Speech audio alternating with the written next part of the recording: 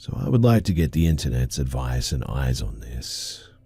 But before I even begin though, I just want to say that I believe the thing in this picture is a person. The last thing that I want to do is put another person in harm's way, and I'm well aware of firearm safety, and I will retreat before opening fire on anything. That being said, in the very near future, a group of my friends and I are going to visit an abandoned defunct prison in the middle of nowhere. The owner of the land of this picture and building have given us permission to do so.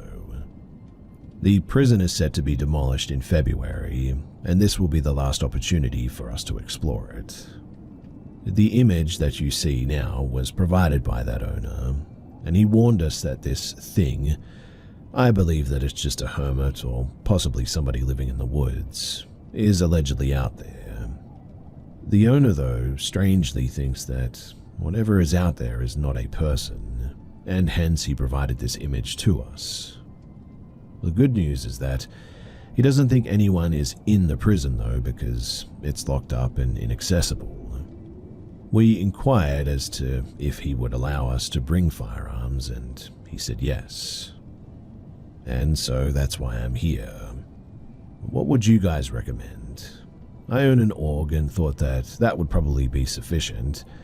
I also have an AR-9, a 9mm, as well as a regular Glock. Whatever I bring will be fitted with a light, and I also have a headlamp, but yeah, what do you guys think? Should I bring more than that? And what do you guys think this actually is?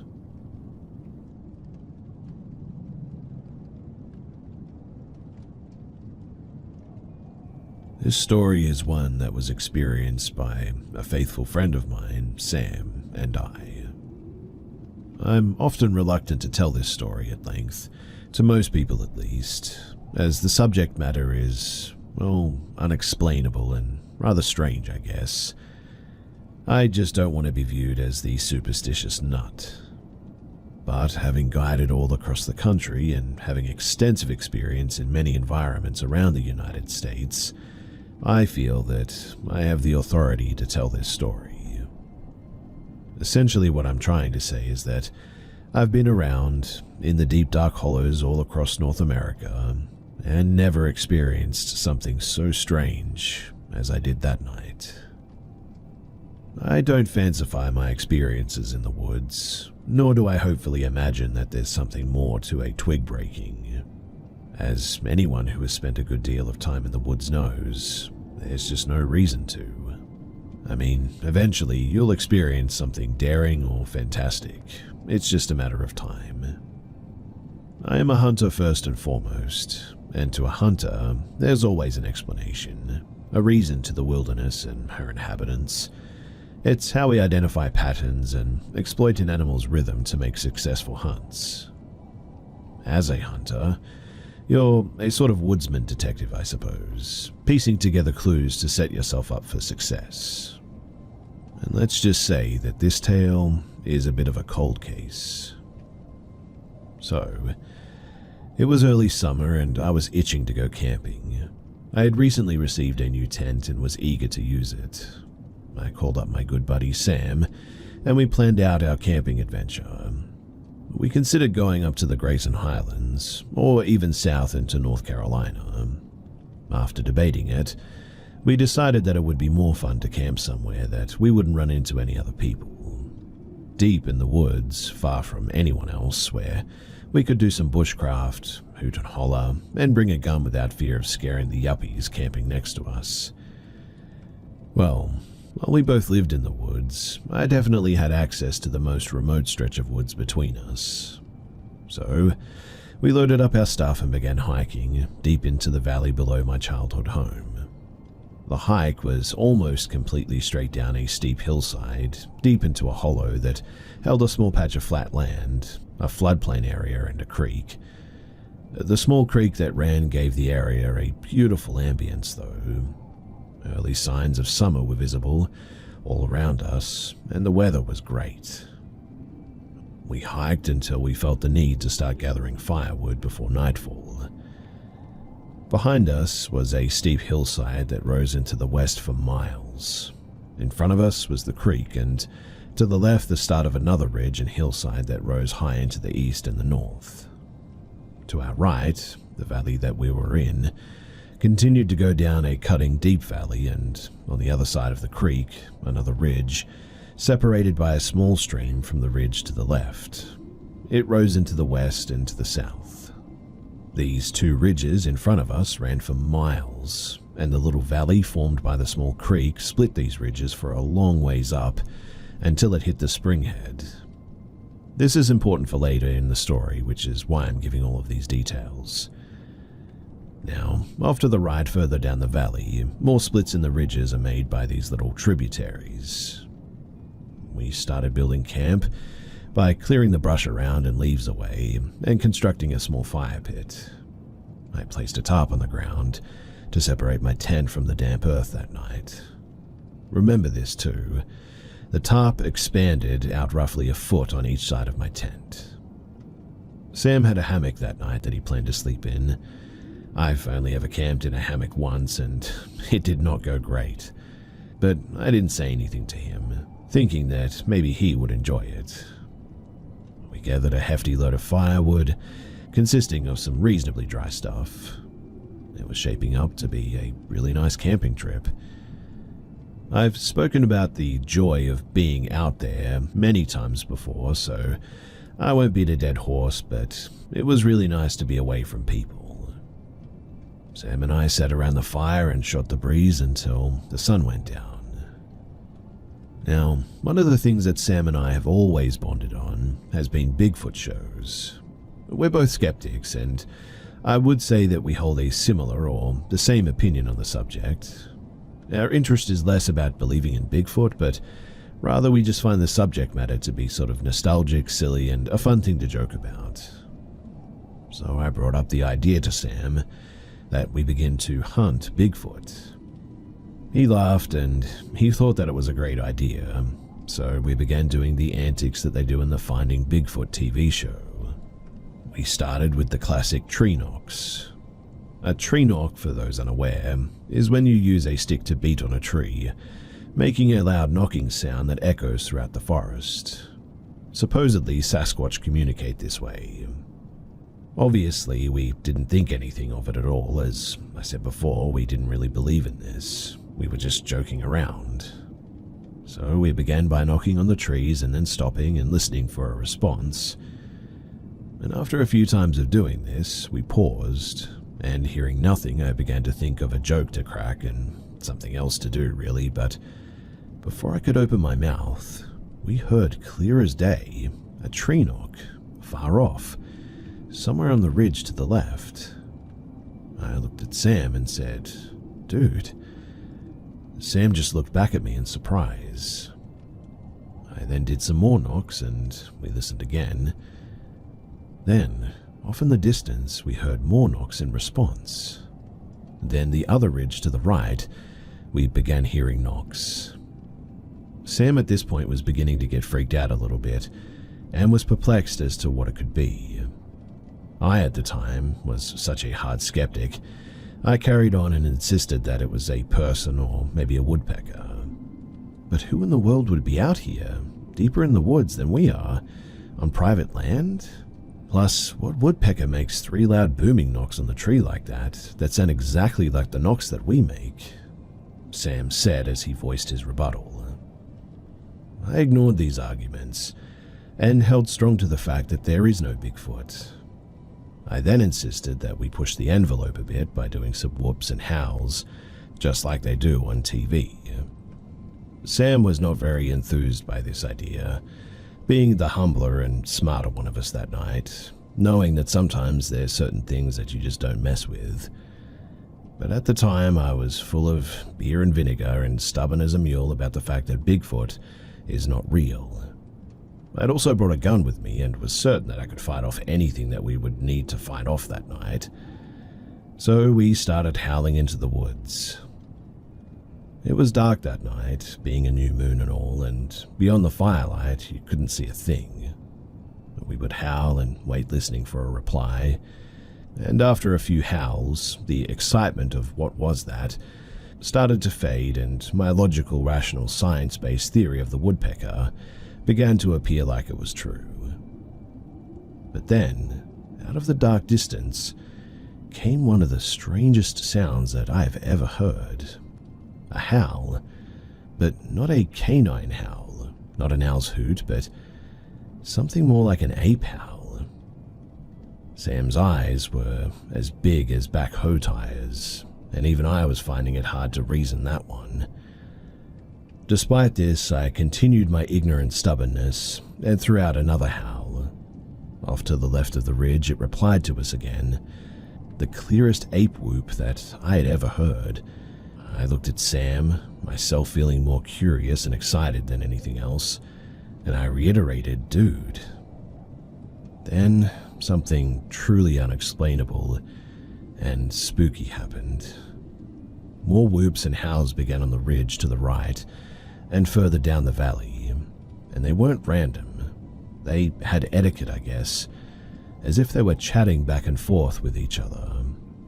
The one to the left would howl, the one to the right would whoop and howl, the first would respond, and then the one way down in the valley would chime in too. Sam was really freaked out now and began considering if we should leave. I, being a stubborn idiot, claimed that it must be owls. Owls?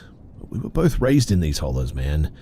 I've heard owls. You're going to tell me that that's an owl? Have you ever in your life heard an owl that sounded like an ape like that? Sam argued against my claim. Well, no, but Bigfoot's not real, dude. It has to be a bunch of owls speaking to each other. I mean, there's nothing else that it could be. I replied, half laughing in astonishment and disbelief of what was unfolding that night. Sam and I kind of bickered for a minute over it, and then decided that the wisest decision was to stop antagonizing whatever it was in the woods miles around us whooping and knocking, and to just leave it alone. It wasn't too long after that, we decided to go to bed too. I crawled into my tent and Sam into his hammock. We left the fire going that night, and every time the fire died down, the woods just seemed to come to life. Whether it was paranoia or paranormal, something was definitely stirring. All around camp we could hear what sounded like things being thrown and footsteps too. From time to time we would hear another knock or another howl coming from a new position. Sam would leap out of his hammock and chuck loads of wood into the fire and make it as big as possible. He would then lay back down to sleep cautiously. This repeated about 3 more times. Each time the fire died, things got spookier and spookier though. A few times Sam would say, "Did you hear that?" And every time I would just blame it on possums nearing camp, hoping to find food scraps. Well, about the 3rd time, Sam finally ran out of firewood, meaning that this time when the fire died, well, it died for good, leaving us in the dark void of the Appalachian Hollow. I vividly remember too that I had fallen asleep before the fire died, and after it died, there was so much stirring around camp that I actually woke up. I was slowly waking up, thinking that I was having some sort of a nightmare when I finally fully sobered and realized that my dream was pleasant. It was reality that was full of frightening sounds and things that go bump in the night all of a sudden. The woods around us had become loud with unexplainable movement, the movement of something large and multiples. The whooping and the knocking, that had officially stopped at this stage, which quite honestly did not comfort me at all.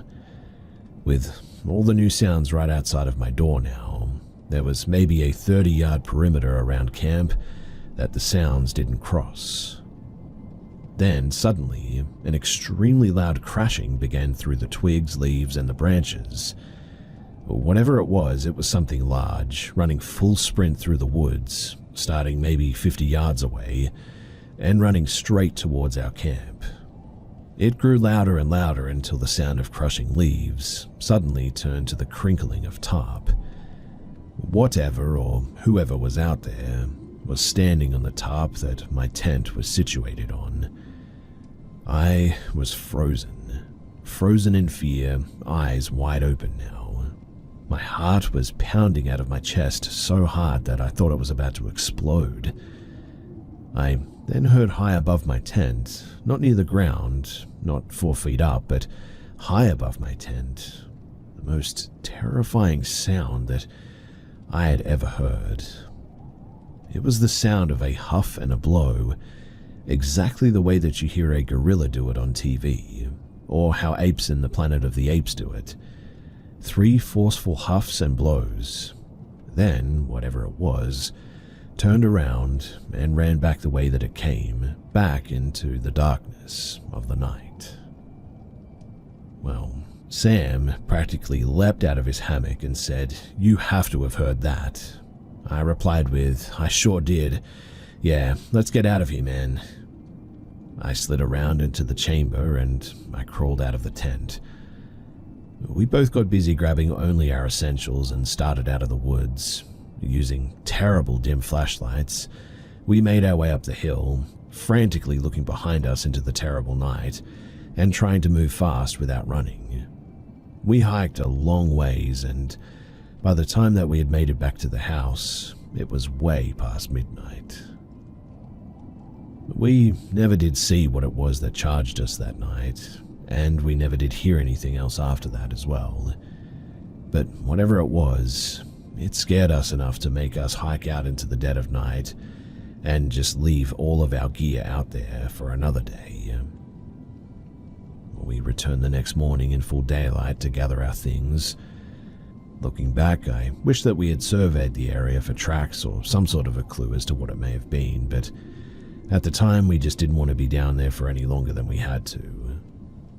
Having been some years since this happened, I would go down there now in a heartbeat and not think anything of it.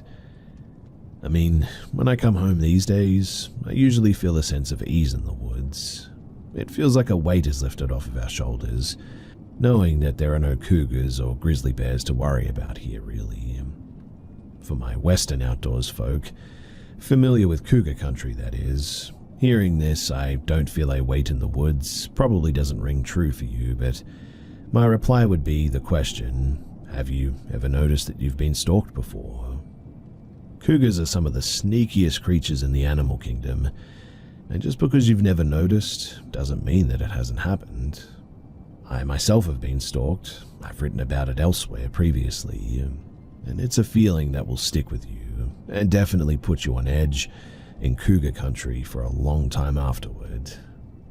I actually have a colleague who guides western big game in New Mexico who told me a story once that during a hunt, he had a fellow guide spotting for him, and that guide watched a cougar stalk my friend through a grove of trees before giving up. And my friend never even had the slightest idea that he was being stalked. I believe for an avid outdoorsman in cougar country, it's inevitable, and so you just sort of have to get used to it. And as far as grizzly country, it's a similar feeling but a little bit different. Most ill bear encounters happen because you surprise the bear in the thick of the woods. I have many friends from my time in Alaska who would share stories of being charged by monster grizzlies from just out of nowhere. Like, they're just hiking along and then 800 pounds of death is blasting straight towards them all of a sudden. And the consensus is the same amongst them. If you spend enough time out there, it's going to happen eventually. I, luckily, was never charged during my time in Alaska. I avoided known bear hangouts, but the few times that I spent time in bear country, I always had this sort of jack-in-the-box anxiety, just waiting for it to happen. What's funny, though, is that despite that weight being lifted initially, an old feeling always returns. I know that it's not some sort of psychological thing having to do with that patch of the woods specifically, because I feel it in most places in Appalachia. It's a feeling of being watched, a feeling that something is there, and a feeling of dread. And it amplifies every time you hear some strange crashing in the woods or a sound that you just cannot explain. Most of the times I've experienced this, I've had a gun with me, thankfully, and I think to myself, come on, man, you're the worst thing out here. What's there to worry about? And yet, I can just never shake that anxiety. My brother, though, without even having heard this story, reluctantly asked me over the phone one day, "Don't think that I'm crazy, but have you ever felt creeped out in the woods below the house? I don't know what it is, but every time that I go down there, I feel like I'm being watched and I get filled with dread." Hearing him say that genuinely sent shivers down my spine, simply because I always dismiss this feeling. I mean, I've swept this story under the rug for years, telling myself that it must have just been a bear encounter or something. But to hear my brother, who is a Marine, tell me that, certified to me that I was not simply being a coward. I've only ever felt this in two regions of the country as well, Appalachia and the redwood forests of Northern California. Now, some of you may be listening to this thinking that I'm just a nutjob Bigfoot believer. I've been reluctant to share this story for that reason, in fact. But I want to end this by saying that, genuinely, I have no idea what it was that made those calls that night. I also have no idea what it was that busted into our camp. I mean, I never did lay eyes on anything, and I just don't know what it was. But I want to reiterate that the story, it's true. It's verbatim to how it happened, or as best as I can recall it anyway, without any embellishment. I have no idea what it was, and you can make your own decision as to what you think it might be. But being an experienced woodsman, never, ever have I experienced anything like that since. And every single explanation that I've ever come up with just really doesn't add up. Those were the events that transpired that night, and I guess I'll let all of you guys make of it what you will.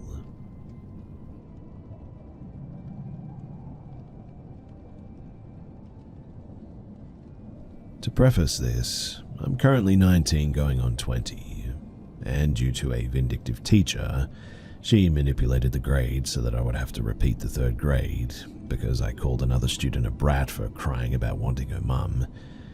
But the context behind is irrelevant, and the rundown is that the girl thought because her mum was a teacher, she could cry her way into her mum's class. Her mum was a high school teacher and would almost always cry until she was allowed to go, and then she would be distraught having to leave her class and pick her daughter up because she wanted attention. I ended up snapping and telling this girl that she's in the third grade and is too old to be crying for her mum and disrupting other students leaving. It was probably a bit harsh, but you could tell this girl was very spoiled. Now, in August of 2023, I was in my junior year. I went to a trade school for graphic design, and a sophomore named James had taken notice that I wouldn't be dropped off at our home school like he was. He offered to drive me home, and I didn't know this kid very well. I spoke to him a few times, but other than that, I wasn't buddy-buddy with him or anything. So I told him that my mum prefers to meet people before just letting me ride in a random person's car like this, especially a guy's car. And I told him that with me being 18 at the time, that if he got into a wreck, I would be responsible as the adult in the car. After that, he didn't really bother me anymore with anything. We still talked and could tell that he wasn't neurotypical, I guess you could say. It wasn't until my senior year that things definitely got creepy. We exchanged numbers because I would sometimes help him with homework that he didn't fully understand, and give recommendations of horror channels on YouTube such as Reddit stories, creepypasta readings, or channels that cover disturbing videos. And within about a month, he actually found my home address. Mind you, I never told him where I lived, and he got dropped off way earlier than me. The way that the homeschool worked was that all students on the west side would go to the singular middle school and high school, while students from the east side, they would go to another high school. I never told this kid where I lived, let alone a rough area. But it was at about this point that I started documenting everything, no matter how big or small.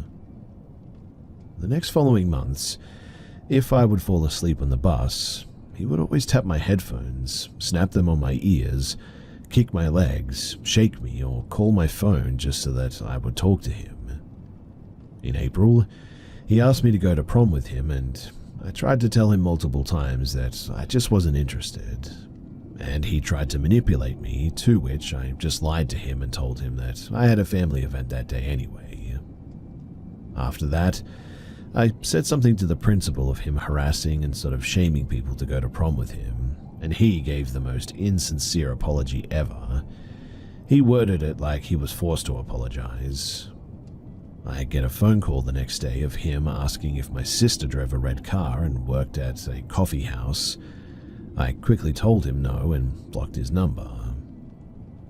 It was now that I went to administration, coupled with the fact that this kid would call to ask if I went to the Dollar General, or went to work, or if I was home, and told me thoughts that he had about killing his mum's boyfriend, how he wants to smash his teeth in, smacking his phone against the window, and tried to manipulate me into calling him while he was having a panic attack, and ranted about how my math teacher needed to be gutted because she was overweight and that fat women are ugly and horrible vessels for producing babies. She's not overweight from poor diet, mind you. She actually is one of those rare people that has a medical condition that's caused a buildup of estrogen. Well, the worst was when he lashed out in anger about him losing his AirPod case and aggressively stomping on his AirPods and literally foaming at the mouth. I went to the principal and liaison after this, only to be unable to talk, and they yelled at me for an hour about how I was being mean to a kid on the spectrum, and that my information, my mother's information, and my sister's information is public information apparently. I started having a panic attack and called my mother. At this point, I was literally vomiting in the trash can of the conference room, and my mother was absolutely furious. My mum told me to call the sheriff's office after I get home.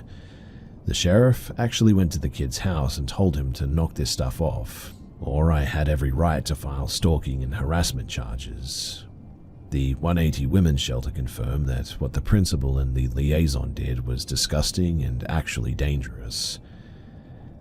And well, so far I haven't seen him, and I still have his number blocked, and hopefully I don't see him anymore.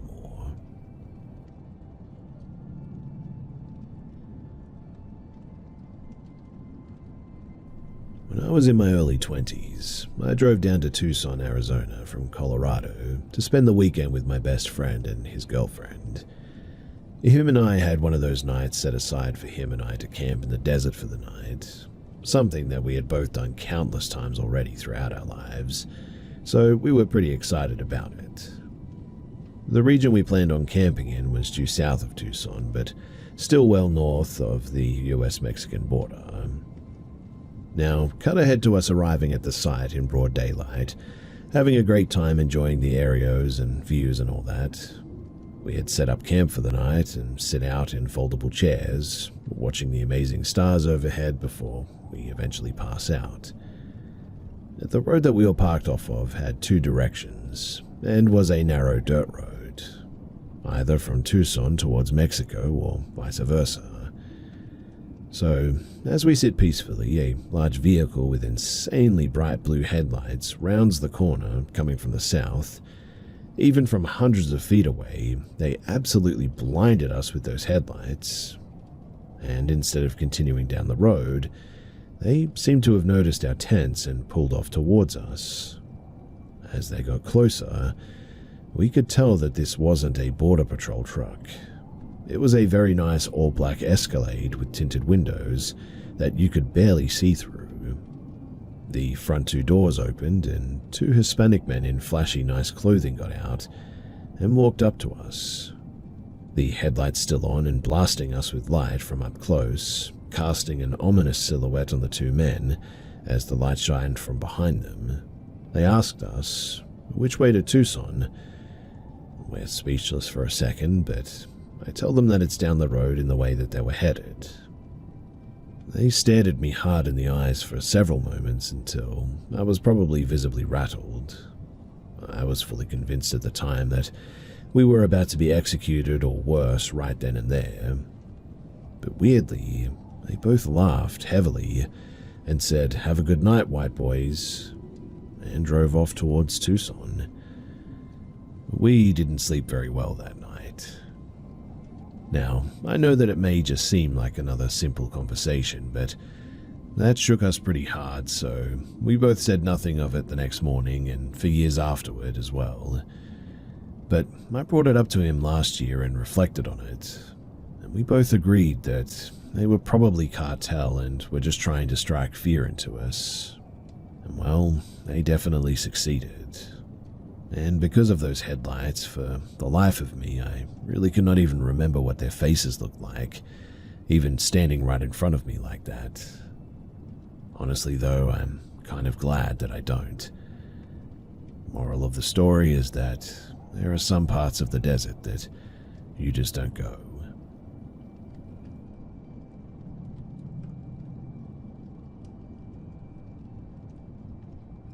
This happened about 4 years ago in a small town in WA.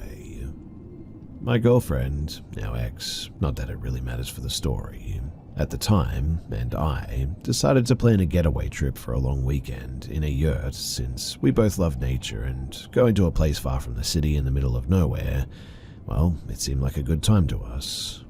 And it really was a great time too. The thing that struck me most about staying in that yurt though was just how dark and quiet it was at nighttime in the middle of the night. When you're not used to the wilderness like this, it's pretty striking how silent things can be, and just how dark the outside is when there's no light pollution involved. The outhouse where we had to go to the bathroom for was also about 75 yards away from the yurt, and you had to take a flashlight with you in order to navigate the darkness. The first night that we were there as well, nature called and I went outside to find the bathroom. I shined the flashlight that cut through the darkness like a lightsaber around and spotted eyeshine. It was nothing more than a good-sized female deer, but I would have had no idea that she was there if I didn't see the eyes via the flashlight. The actual encounter, though, happened our last night there at maybe around 11 p.m. at night. We were playing cards inside the yurt by the fire when, out of nowhere, we heard this huge crash or bang on the side of the yurt, almost as if something threw itself on the side of it, or was running and didn't see it there until it was too late kind of thing.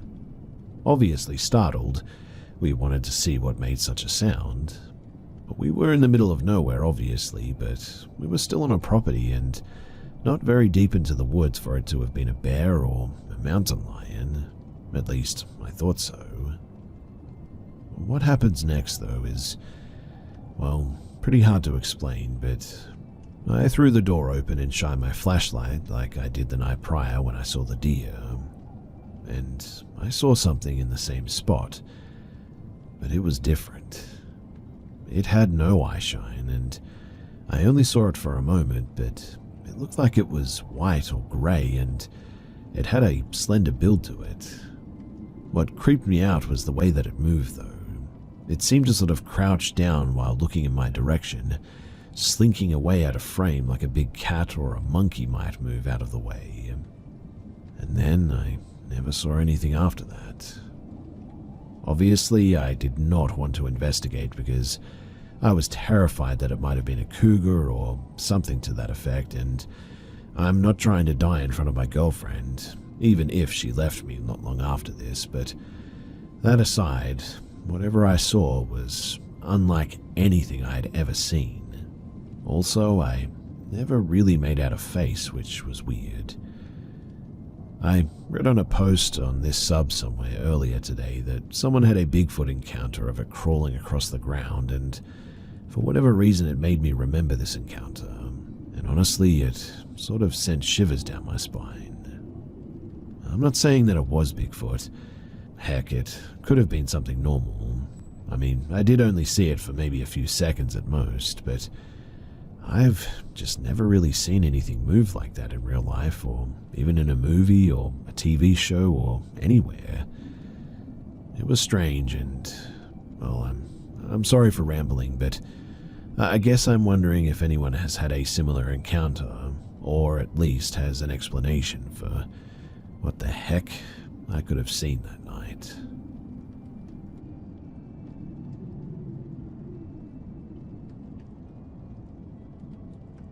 So if anyone watches Ghost Hunters, well, you can look up the episode called The Chinatown Poltergeist, and it's an episode inside of the bar that I worked at for half a year.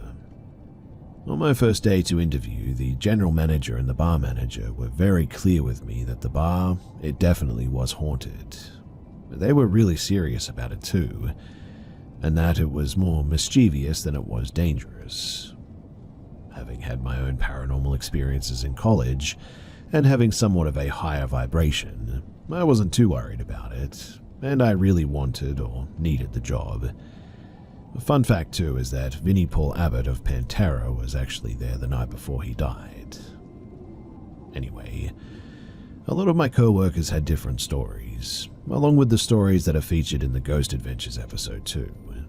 Entities mentioned were an old man and a little girl. There really is something with little girls and haunted places. But they also mentioned having things break or go missing, voices in storage areas, voices when the bar was empty during grave hours. It's a 24-hour bar, and even physical things like hair being pulled or one guy being thrown to the ground after mocking an artifact of a shrunken head that may or may not have been a real shrunken head. Not too sure about that. In any case, I was also shown a ceremonial blade that allegedly still has real human blood on it, and an urn that apparently has a fraction of the ashes of Aleister Crowley. For a while, I never really saw or heard anything, and I was left by myself alone in the bar a few times. I did put music on and just kind of sing like, maybe there's a spirit here and I'll give them a show. But I started to, well, change is the best way that I can describe it, really. I was always angry and frustrated. I would rationalize all these things that I should be happy and grateful for, but I just couldn't help it. I was always just really angry, and on a 120-degree day in Vegas, when a belligerent customer started harassing me, I told her to shut up, and as liberating as that was, because she really was a bit of an evil person, it was out of my character for a professional bartender of 13 years to do this.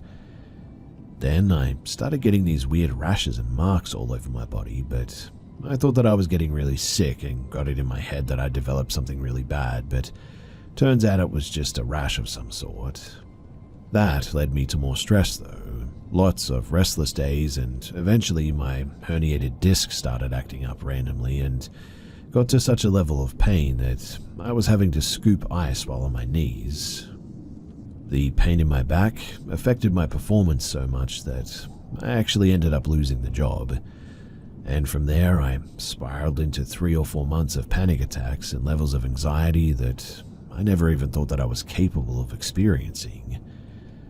As a spiritual person that's still learning about God, I just called on that and I prayed for my strength. Eventually, I was able to push through, avoid medication, and worked my way out of the depression as well. But I just haven't been able to shake the effect that place had on me, and I was even warned about it too.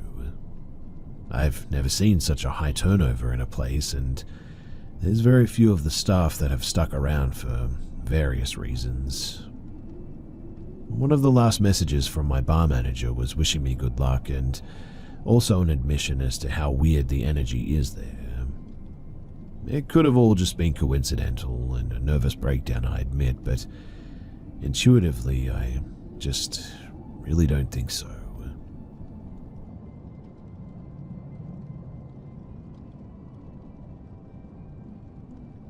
So I recently had something particularly weird happen to me that's left me pretty icked out, and I'm curious if anyone here has ever had an experience or something similar to this, or has any thoughts on what they think that this could have been. So, a bit of context.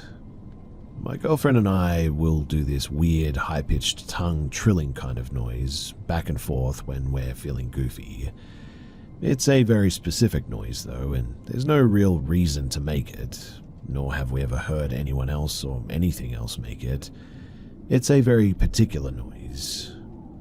And well, a couple of nights ago, she and I were having a silly, goofy sort of little evening, and we had each had a gummy of a particular variety, if you catch my drift, listened to some music and watched some movies in the living room.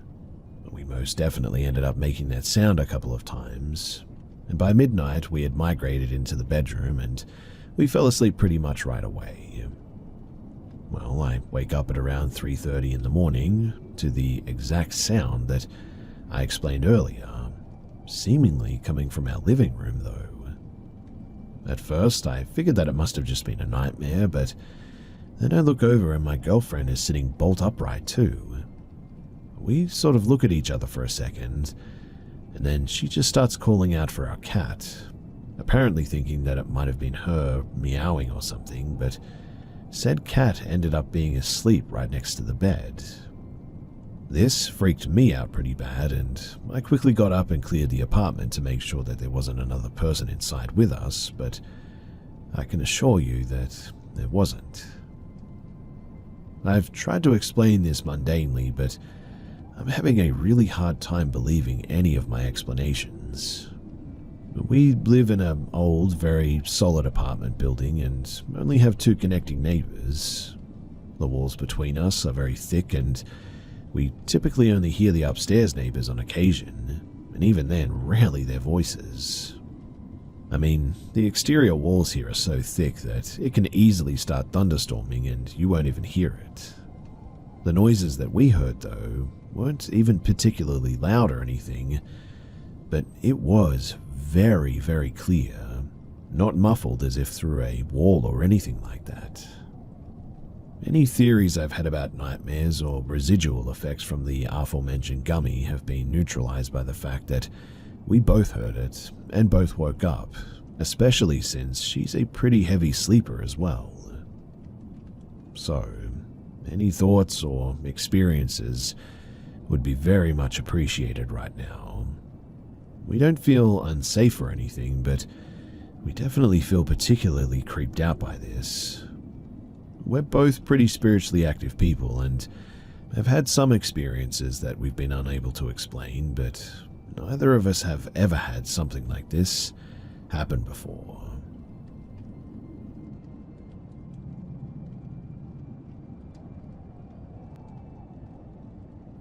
So I'm a military brat and we move a lot.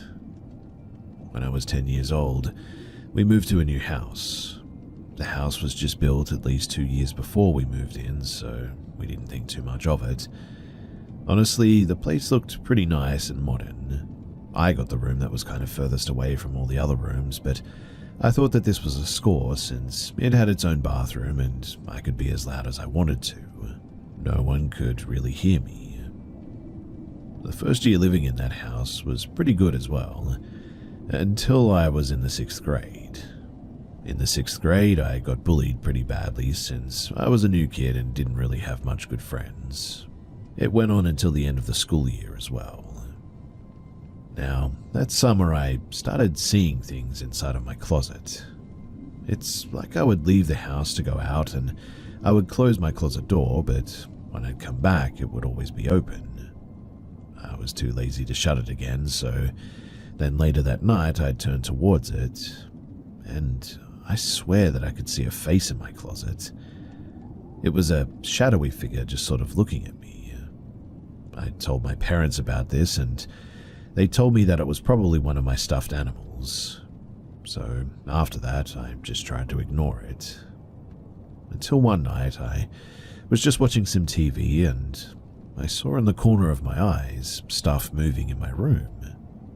I had this lamp in the corner of my desk and somehow it was just sort of turned around. Next to that, 3 of my drawers were opened, and so I thought to myself, that's strange. The next day I told my mum about it, and after that, well, it all just went to hell. So I told my mum about it, and she let me sleep in her room since I was young and scared. The next morning we went into my room and it just felt cold and empty, like all the light had been sucked out of there. I come from a Catholic family too, and when stuff like this happens, we call a priest immediately. So we called a priest, and he said that he'll come down within 3 to 5 days. And those 3 to 5 days were absolutely crazy. Like at night, we'd hear scratches on the wall, doorknobs moving, screaming coming from the hallway leading to my room, the light turning off and on. Once, the television even turned off and on. The day that the priest got there, we did an exorcism for the house, and he basically put some salt, holy water, and oil into a bowl and started praying. But when he did this, it felt like the whole place was just sort of like shaking almost, vibrating. We thought that all of our problems were just solved, but it only got worse from there. After that, the priest got very sick and the house just kept feeling even more dark. My dad, he isn't really a believer in this sort of stuff. He thought that we were all just sort of BSing him and that it was all just a bit of a sick joke that we made up. His and my mum's marriage was already falling apart, and they'd fight every day since we moved into that place. So they got into a fight over this, and my mum told him that she hopes whatever entity is in the house gets to him. And right after she said that, he swears that he was possessed by something. This thing in my house went into his body apparently, and his whole face started leaking snot. What I mean is like, it came out of his ears, his eyes and nose, and his eyes were just not his. It was like looking into the eyes of a different person almost. Eventually he fell to the floor and came to, but that was obviously very, very scary. After that happened, he knew that we needed to get out of there as well. So he applied for housing on the military base, and we just waited and prayed that whatever was in our house would go away. From time to time, I would see shadows of people. It's like I would be sitting at the dining table, and in the corner of my eyes, I would see the body of a man, but it was just black shadow, completely black. And usually he had a hat on as well. Sometimes I would see a lady just standing in the hallway looking at us. Eventually, a priest that did training at the Vatican got hold of us and came over to bless the house. Weirdly too, without even coming inside the house, he knew that something evil was with us. After talking to all of us, he let us know that our house was definitely haunted and we needed to get out before anything worse happened. He said, though, that whatever this demon was, they apparently wanted to get me since I was so vulnerable and young. After he had left, I started to experience out-of-body events as well. I would have these dreams where it was like I was just sort of floating above my body and I just wasn't there sort of thing. I started to hear voices in my head that weren't people around me or anything, and I also started having evil thoughts of harming other people. When I told my mother about this, she started sending me out of the house to play with other kids so that I wouldn't be exposed to the place. One of the weirdest things that happened at that house was that we were all out for the day and the mailman came to deliver a package, and after speaking to the mailman eventually, we found out that an old woman allegedly opened the door. Obviously though, there was no old woman living in our house at the time. So when we came home and the package wasn't there, we obviously called the mail office and they told us that an old woman answered the door and told them that we didn't live there anymore, like we were just gone. After that too, my dad called almost every day to see how much longer until we could live on base. We had locked up my old room and put a line of salt outside the door at this stage. We had also covered each mirror as it could allegedly be a portal to the other side. The scratches continued until we moved out. So did all of the shadow people, the voices, and all of the weird touches and feelings that we get. After all summer of this happening, we were finally able to move on base. And when we did, everything just stopped. I still had a couple of dreams in our new house, but nothing like that experience ever again.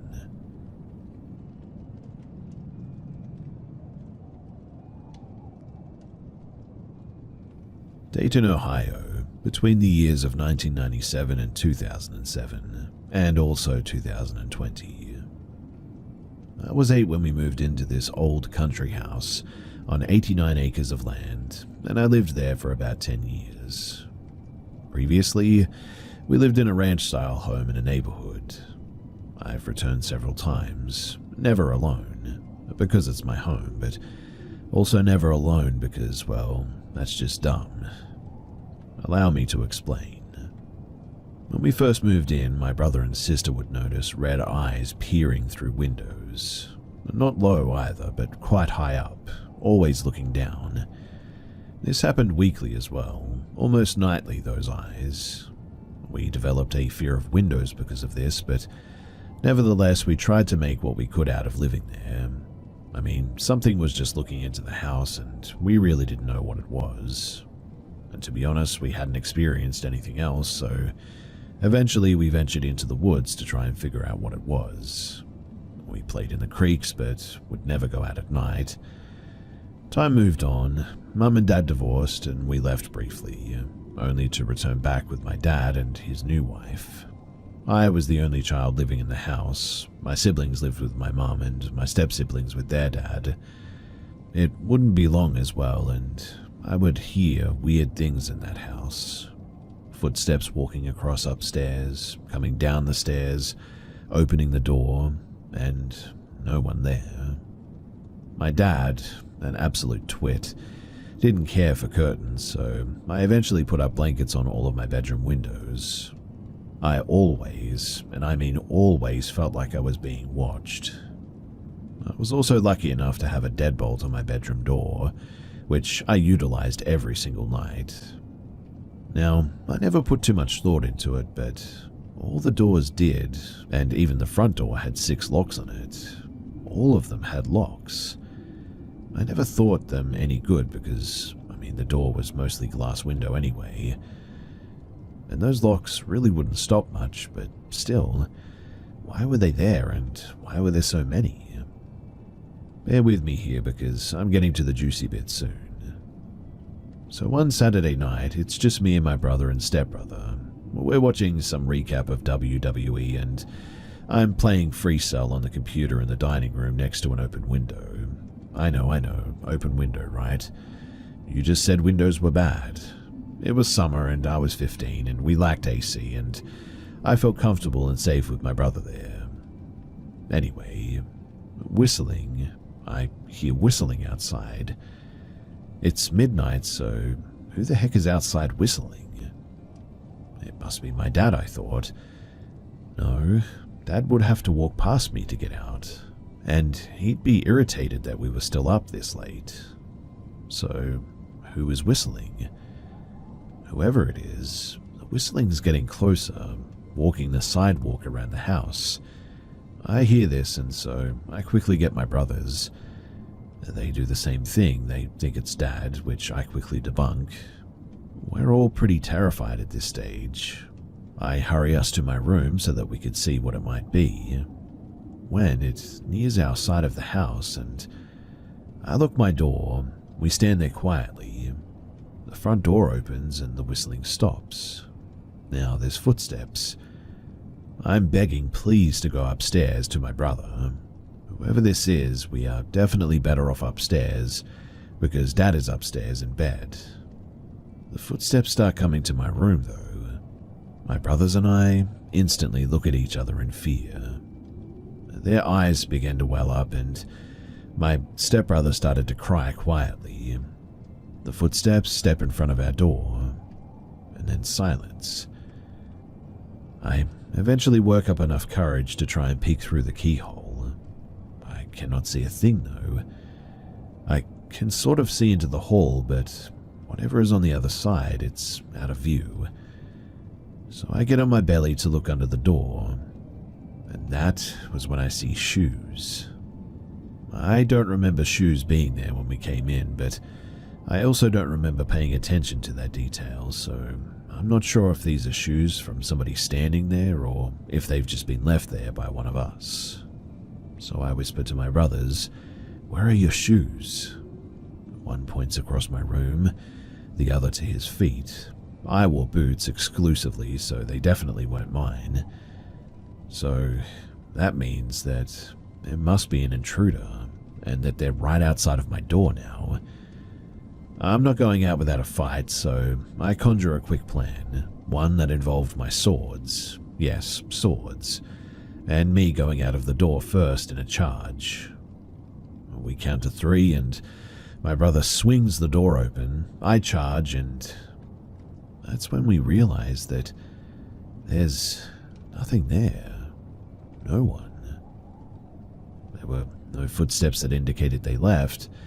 The front door was closed and didn't seem to have been opened, indicating that anybody had left. So, what gives? I checked the other rooms, only to be confronted by my dad in his boxes cussing me out for being up this late and being so loud. We tried to explain, but he just wouldn't listen. Also, the shoes that I saw under the door were nowhere to be found. Well, a year later, my brother, 2 cousins, and myself venture into the property next to mine, seeking adventure, being the age that we were. Well, we got lost at some stage, and from what I could tell from climbing trees, we were just really far from home. But I knew a road that was nearby, so before the sun set we needed to make it to that road, then we should have been in the clear. But while I was up in a tree, I noticed these beautiful evergreens. I'd never seen anything like it on my property before as well. I was sort of captivated by them, in fact. So I proposed a vote to the others that we keep heading towards the road, or that we head towards those sweet evergreens first. My brother insisted the road. He was overweight and done with walking any more than he had to. My cousin and I said evergreens though, and told the other cousin that his vote doesn't count. So evergreens we go. Now, upon reaching the location, we noticed a massive elevation in the middle of these woods. We climbed and, boy oh boy, hickory trees, massive ones. There was also this dead one that we could walk in, and it was like a little house almost. It was huge. My cousins and I decided to knock it over at one stage, and we eventually did. But while we were, my brother began to freak out. "We need to go. We need to leave," he insisted with purpose. I was like, okay, I know it's getting closer to sunset, but we're knocking this stuff over and it's fun. He was not having it though. He was ever more insistent, and so we left the area to calm the baby down, as I put it. Eventually we entered a field, and I looked at both ends and was like, "One of you go check that tree, and one of you go and check the tree line over there, and tell me what you see." My brother then flips and just screams no. "Fine, I'll go and check it, and Tom will go and check the other end." Once more my brother screams no, argues this weird point about not splitting up. So we as a group went one direction, and finally I recognized this place, which meant that home was now in sight. Still far off, but we were definitely back on land at this stage, and so we could make our way there. Once the house was visible, my brother just suddenly took off running though. And I mean, he doesn't run. He's heavy, he loathed walking, let alone running. But he ran all the way home as soon as he could see it. Obviously, I thought that was a bit weird. My cousins left, my brother didn't speak a word, and my mum showed up and took him home. My dad and I were pretty confused. I mean, he never said that he was leaving early, but now he was just gone, went home. I figured that I must have walked him to death or something, and he was sick of it. Well, 30 minutes go by, and suddenly he calls. He says, "Joey, now I can tell you, I saw something. I don't know what it was, but it was tall, taller than Tom, faster than you, and it was watching us. You guys were knocking over the tree and it kept running circles around us. I don't know if it noticed me watching it, but it was definitely watching us. So I asked, and you didn't say anything because? He stammered. You guys would have wanted to run or fight it or something. And there's just no way that we could afford that thing or outrun it. I figured that because it didn't approach us, that we still had a chance to slowly get away from it. Whatever it was though, Joey, it was a monster.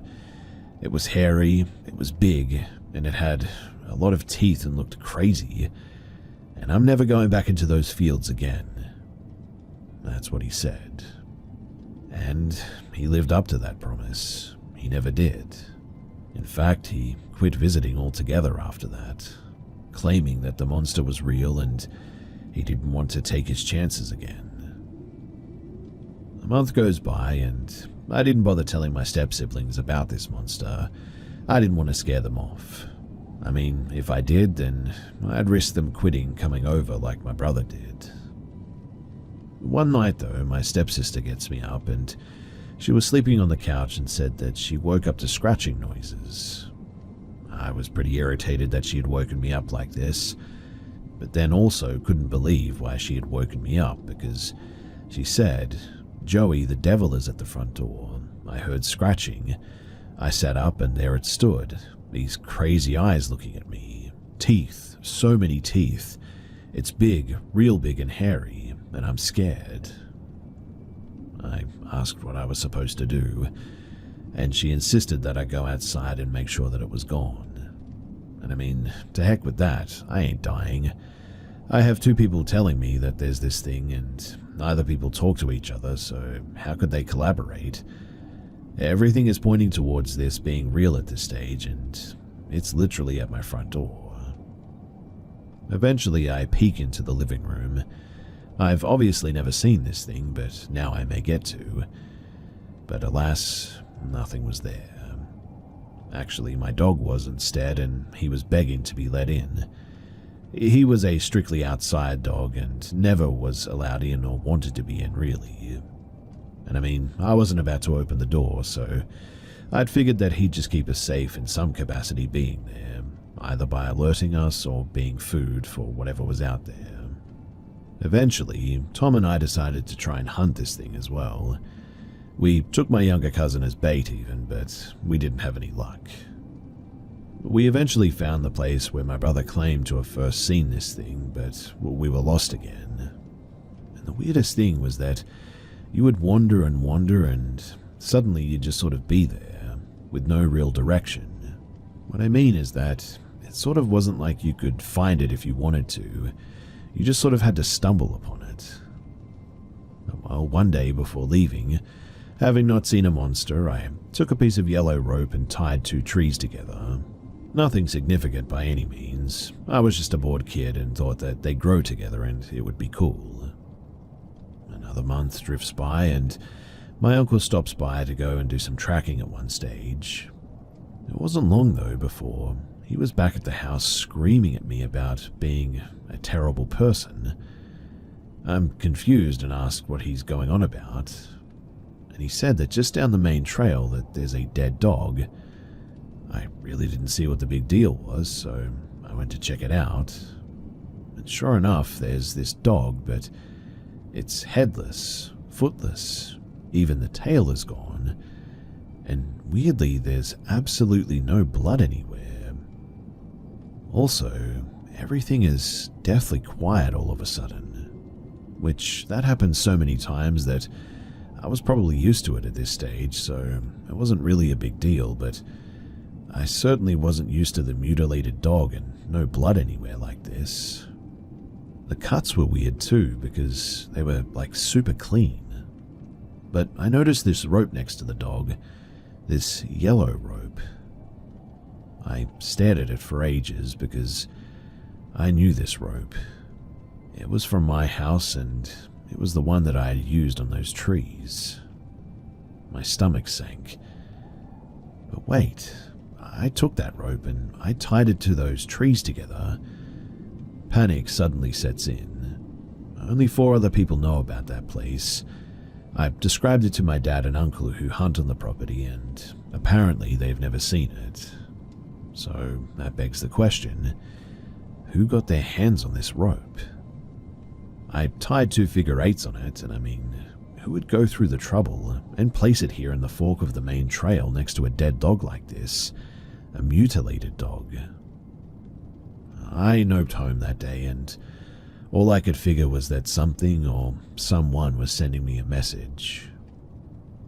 Well, a week later, my goofy self decides that I'm going to go and see if that dog is still there, but no. That dog is gone, and the rope is gone too. Suddenly, a flock of birds are taking off from the trees and the bushes behind me, except for one bird that I noticed.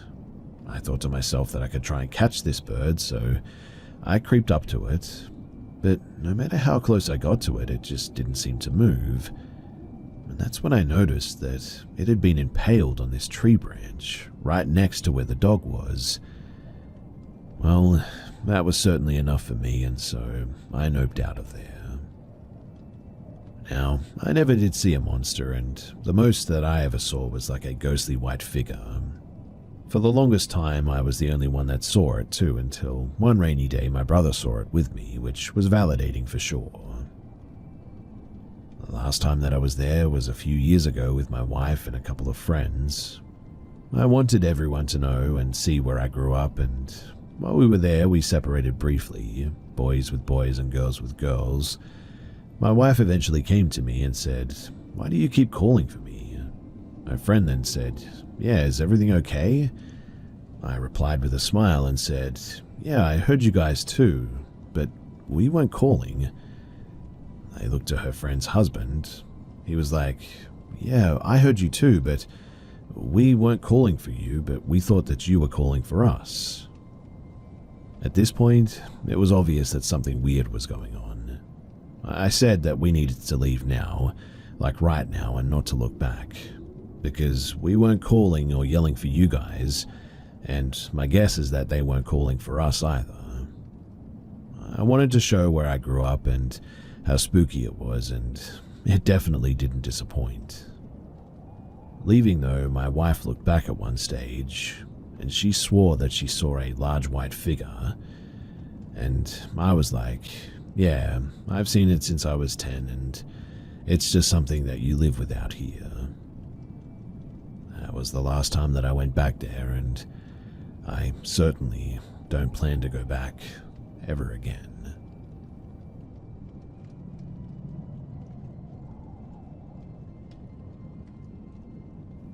I wanted to share an experience that happened to me years ago, and to this day remains totally unique in my life. I have never experienced anything like it before or afterward, and I genuinely still wonder what really happened. So, I rarely take naps, but that day, in the middle of the afternoon, I decided to lie down and rest a little bit. Nothing unusual, I fell asleep pretty normally, without any strange sensations or particular stress or anything. The dream, or whatever it was though, was strange. In my dream, I was lying down, and above me a dark figure was standing there. It had no distinct features, just a human-like shadow, motionless yet threatening. But it wasn't just an eerie presence, it was actively trying to take something from me. I physically felt a force attempting to pull something out of me. My energy, my soul, my consciousness. Impossible to say, but the sensation was undeniably real. It wasn't just a scary nightmare is what I'm getting at. It was something tangible, visceral, far beyond simple dream-induced fear. My instinct, though, was fight back. I didn't hesitate. I fought back immediately. It was a pure reflex, instinctive and primal. I put all of my willpower, all of my mental strength into reclaiming whatever was being taken from me. It felt like I was summoning every ounce of strength that I had and unleashing it into a single effort to take back what was mine. I really cannot explain how, but it felt like a real battle. Not a physical fight, not even a lucid dream struggle, but a raw, instinctual survival response in a dimension beyond the ordinary world. And thankfully, I won. Waking up and what came afterward, I was not in a panic, not with a jolt or anything, but just sort of awake. But my state was completely off. I was utterly drained all of a sudden, both physically and mentally. A crushing fatigue weighed on me, as if I had actually fought something.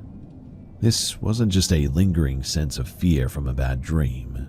I was shaken, exhausted, as if I had been completely emptied of energy. It took me a good hour of walking outside, breathing some fresh air, just to feel somewhat normal again. It was a one-time event, no follow-up and no explanation. What unsettles me the most, though, isn't just the intensity of the experience, it's how completely isolated it was. What I mean is that I've never experienced anything remotely similar before or afterward. I don't suffer from sleep paralysis, and my dreams are usually pretty uneventful. Nothing in my life changed after this event, just this one confrontation with something unexplainable, and that's it. So, is it a hallucination, or was it a real supernatural experience? The most rational explanation would be a hypnagogic hallucination, sleep paralysis, or some subconscious phenomenon or something like that. But then, why only this one time? Why the real sensation of a struggle and the distinct feeling that I had won something back? Why the complete exhaustion afterwards? Deep down, I like to believe that on that day, I pushed something away, that by sheer willpower I defeated a presence that was trying to take a piece of me, and that whatever it was, after encountering my resistance, eventually gave up. Maybe it was just a dream. It's certainly possible. Or maybe, that day, I really faced something invisible.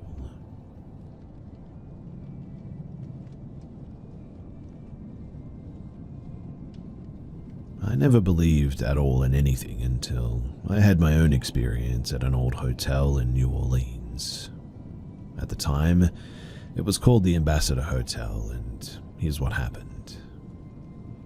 About 15 years ago, I was in New Orleans for work for a total of 4 nights.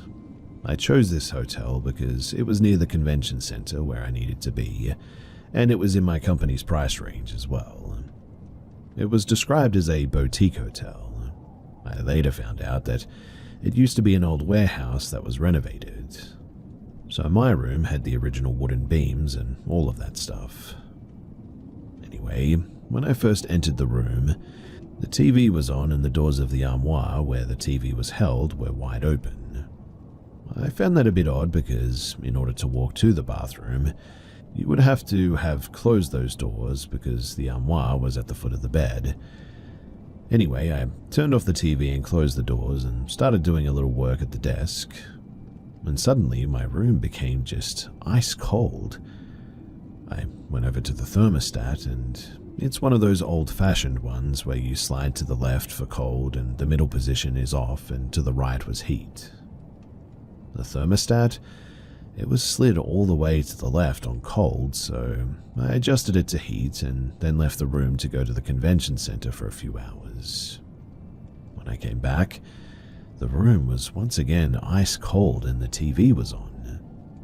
When I checked the thermostat, it had been slid back all the way to cold. This freaked me out a bit because somebody obviously had to be in there, but my mind did not go to ghosts yet. I checked the whole room and nobody was in there. The door was locked correctly, so I just tried to put it out of my head. That night in the middle of the night, though, the TV went on while I was still sleeping. It was really starting to annoy me as well, and over the next 3 days I was gone at the convention center, but upon returning I continued to have the experience of the room going cold and the TV being on in my presence. And I mean, there simply was no explanation on how the thermostat could slide to the far left like that while I was in the room. So, on my last evening there, I was really freaking out, but I had a very early morning flight, so I needed to be awake at around 4 in the morning anyway. And around midnight, my TV went on, and I did something that you should probably never do. I said out loud, "All right, Ghost, if you're really in here and you want to mess with me, then mess with me." At that moment, my bed immediately started shaking. Not a little bit, it was literally violently shaking. I instantly jumped out of bed and called downstairs explaining what was happening, and the person at the desk jokingly said, "You must be in the haunted room." I told them that I was serious and, "Is anyone else reporting anything like this?" And he said that a guest reported the same experience a couple of weeks prior, but he didn't know if that was the same room or not. He kind of calmed me down a bit and offered to switch me to a new room, but I didn't want to pack up all of my belongings just for 4 hours of sleep. Plus, I thought that I was going crazy, to be honest, and maybe hallucinating or something. As we ended our phone call, the bed stopped shaking and the room was suddenly quiet. I laid back down under the covers, pulled tight up to my neck, and laid there very quietly. And that was when something grabbed the blankets at the foot of my bed, where my feet were, and yanked 3 times really hard. Obviously, I sat up and I looked around the room, but I could confirm that there was no one there. And thankfully, that was the last thing that happened. So, about 2 years later, I needed to go back to the same convention center and thought that I had to have been going crazy or that there was a reasonable explanation for what may have happened, and I booked the same hotel and I had no experiences. When I checked out on my last day, though, I asked the gentleman at the front desk if I could ask him a strange question. So I asked him if he thought the hotel could be haunted, and he laughed and said, "I don't think that it could be, I know it is." He then asked if I had a ghost experience, so I told him not on this trip, but gave him details of my previous trip. And he said that side of the hotel is the haunted side, and that employees will never go to that side of the hotel alone at night. And then he shared with me things that have happened to their staff while on that side of the building, and to say the least, it was pretty frightening. This made me a believer in ghosts without a doubt. And since then, I've had a few things that are not explainable happen, but nothing as severe as what I experienced in New Orleans, in that hotel.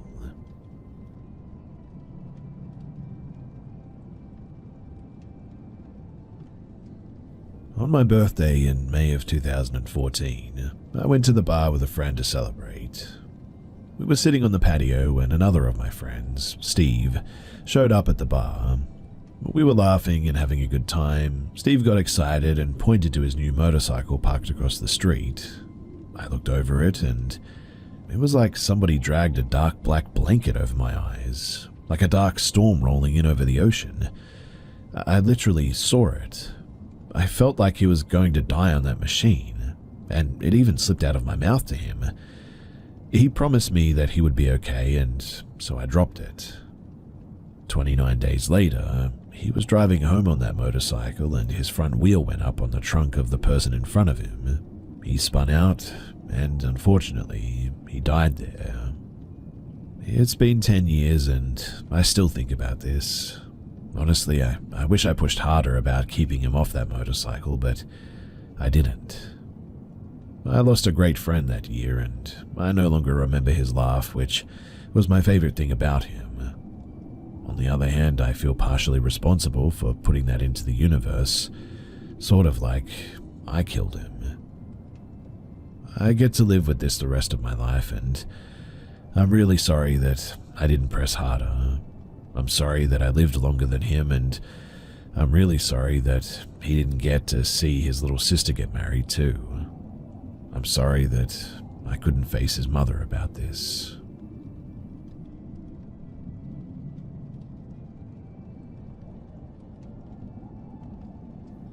I was like 6 or 7 years old. I was sleeping in the den of my grandma's house while my parents were having a bonfire outside and drinking.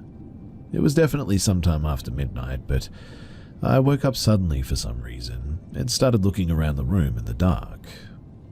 It was then that I saw a little person dressed in all black, and he had a little hat and like a little cape on, but then I realized that it looked like a shadow, like it was completely black. He then ran across the room and into the closet, but the closet door was closed, so he ran through the door. I got so freaked out by that I screamed for my mum. She heard me and came inside. I told her what I had seen and she believed me. Apparently my grandma's house was crazy haunted. And now, I'm not sure if it was the same night or a different night, but my mum told me about this years later when I was older.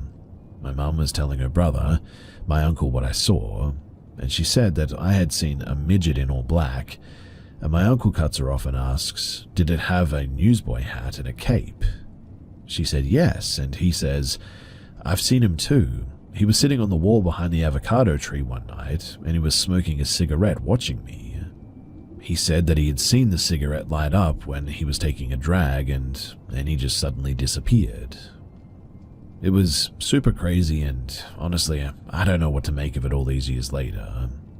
If he was able to smoke a cigarette, is that even a shadow person at all? Was it a demon? It's like it was sentient, maybe.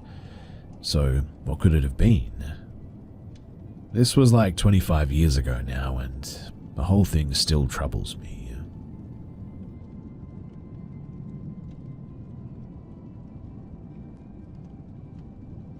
This happened to me when I was around 9 and my little sister was 3. It was nighttime, around 10 p.m, and I was playing computer games on my desktop that was in my room. My desk faced the wall opposite of my door in my room, and I heard something hit the wall beside me. I turned around and there was nothing there. Now, as a kid, I just figured that I was tripping and got back to playing my game. But then it happened again. I turned around again, but this time when I did, I saw my sister walking down the stairs. Mind you, the stairs were literally right next door to my room. I couldn't see down them from my room, but I could see when someone would go to walk down them. My little sister was so small at the time that our parents would give her one of her big t-shirts to wear when she went to bed sometimes. And when I saw her, I called out to her, but she didn't answer. She just walked down the stairs. Now, I know 100% that I had seen a small figure in an oversized white t-shirt walk down those stairs. So I got up and I went to the stairs, but I didn't see her. I figured that she must have run down, but it was weird because she was scared to go downstairs by herself at night. I quickly ran downstairs to see what she was doing, but all of the lights in the TV were off. The only light on was a little sculpture case that my mum put ornaments in. I checked the kitchen and living room, but she wasn't down there. I ran back upstairs to find her in our parents' bed, asleep. My mum was at work that night, and my dad was in the shower. Me and my sister and dad, we were the only 3 home. As a kid, I just shrugged it off and got back to my game, but now as a 26-year-old man, it honestly scares the heck out of me to think about it. I mean, what the heck was that I saw that night?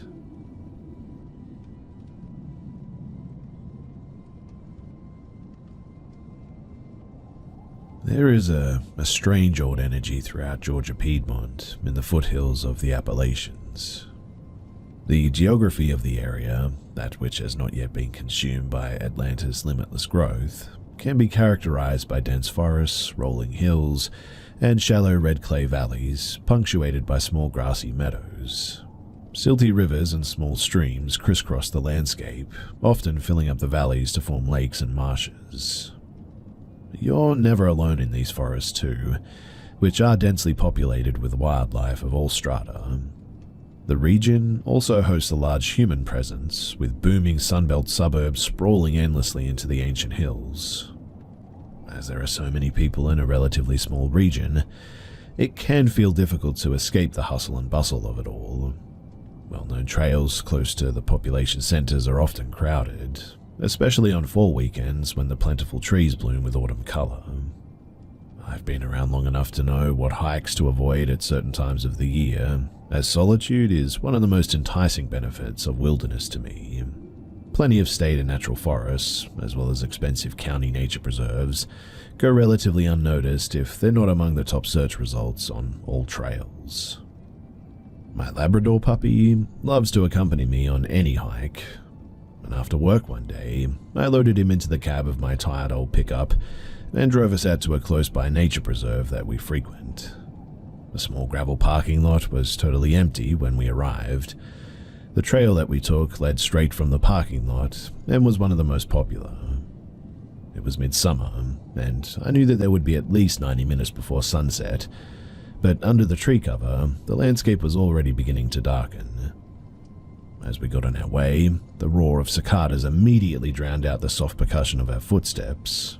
After crossing a whitewater creek and proceeding through a thicket of tall pines for not more than 2 miles, the view suddenly opens up to an expansive, untamed meadow.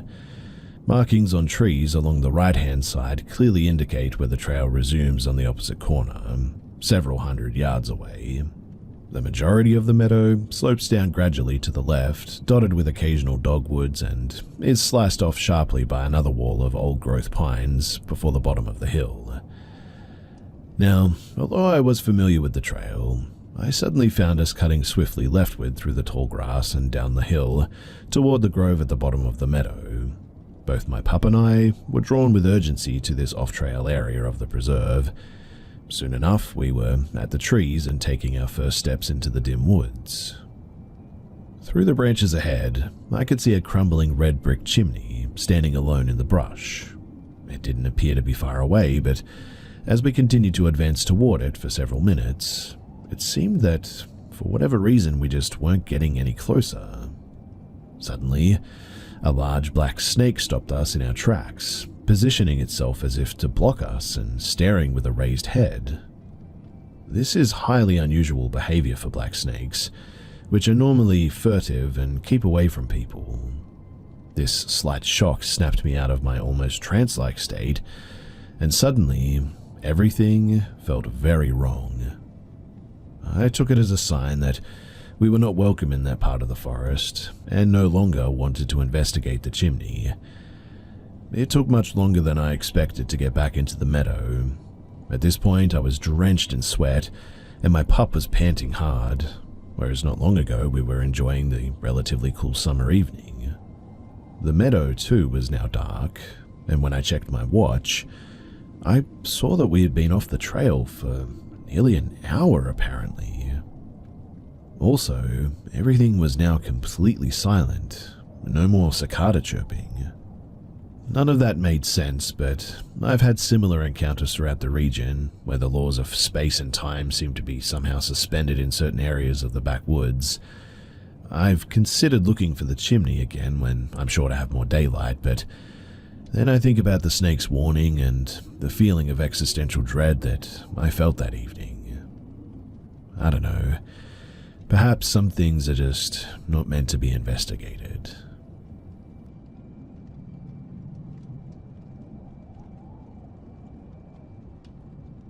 Of all the unexplainable things that I've witnessed throughout my life, I'm female and in my 30s. I only saw an apparition once, and I am sure that I saw what I think I saw.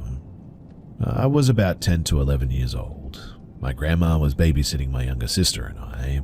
My sister was 5 or 6. She was watching TV in the living room. My grandma and I were at the kitchen table. Her kitchen window was located directly above her sink, and from where we were sitting, we were facing that window. There is also a sliding glass door to the right side of that window that exits out to a deck, and it was surrounded by a fenced-in yard in a densely populated suburban neighborhood. It couldn't have been any later than 2 or 3 in the afternoon. It was a nice spring day and slightly overcast. One of our favorite things to do was to have tea together, and so she made the best iced tea, and I always wanted it when I visited.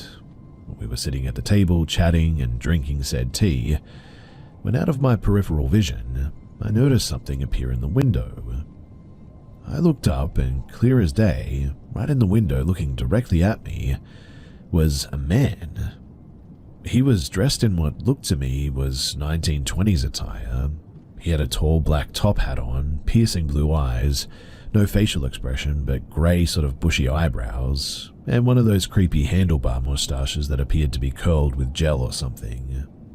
Now, I had an active imagination as a kid, and I was in somewhat of a daze as I was looking at him through the window. I didn't feel scared for some reason, but I must have had quite the expression on my face because my grandma gently tapped my arm and said in almost a whisper, not to scare my little sister, "But do you see that too, sweetie?" With that, I looked back at the window, and he was gone. My grandma and I went outside and inspected the deck and yard, but there was nothing. I asked my grandma what she saw in the window, and she told me that it looked like a middle-aged man from the past who she did not recognize. I asked if he had a mustache, and she said yes. I asked what kind of mustache she saw, and she said that it was big and curled. Had my grandmother not been there to validate what I saw in that window that day, I would have gone the rest of my life thinking that I conjured that image up in my mind. But the fact that she saw it too, well, again, I know what I saw.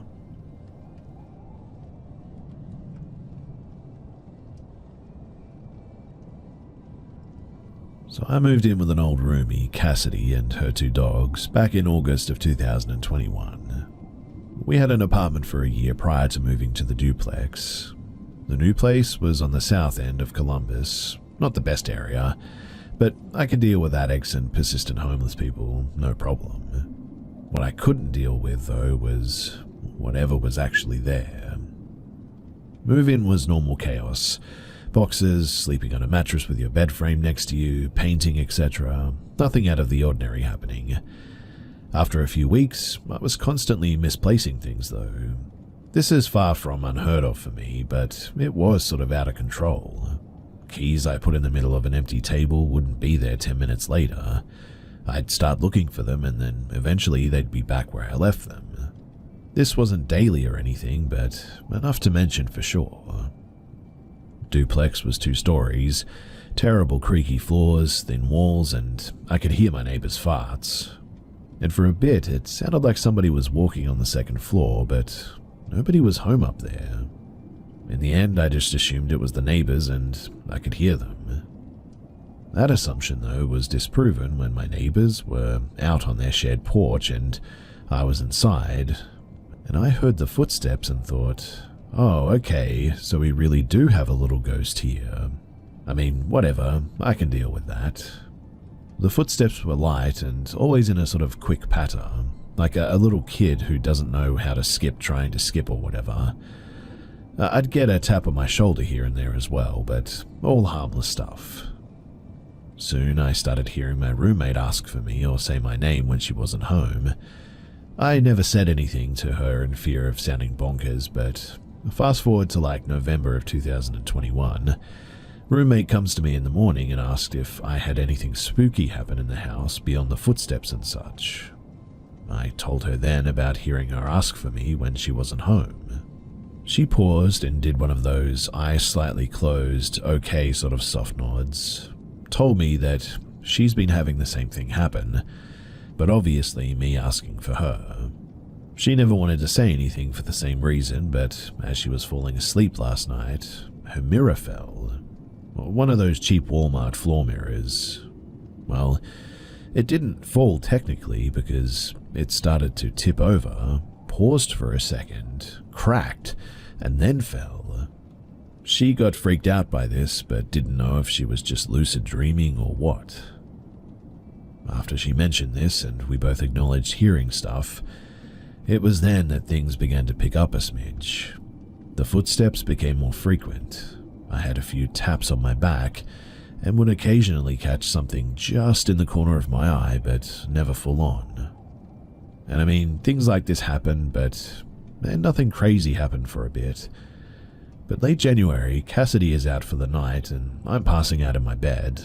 I'm in that sort of juicy spot, part comfort and cozy levels reached, and where you know you're about to fall asleep. But then, I feel breath in my ear, and here, I'm downstairs, come on. At that, I get covered in goosebumps. I am now even thinking about it. My phone dings and there's a notification from my security camera downstairs. I immediately text my roommate and surround myself with her dogs. We chat about it the next day and agreed upon, yeah, spooky for sure, but like, what can we do? And we move on. Everything stays the same for a while, until Cassidy moved out mid-April of 2022, and obviously took her dogs with her. And then, everything got wild fast. Within the first week of solo house life, I'm in my room laying in my bed. The foot of my bed faces the door, TV is to the right of it. I'm not sleeping, just sort of chilling watching TV. And from the top of the door frame is a smack 3 times, like undeniably, like an open palm hitting it. Not like, oh, what's that noise, but more like, to heck with that. That night, I go and sleep downstairs. I then move out of my bedroom and into Cassidy's empty room the next day. No issues for a night or two, but I'm on my bed, which is on the floor, not about to take my bed frame apart and reset it up and all that. I think I was either doing nonsense on my phone or something on my laptop, but either way I was doing nothing important.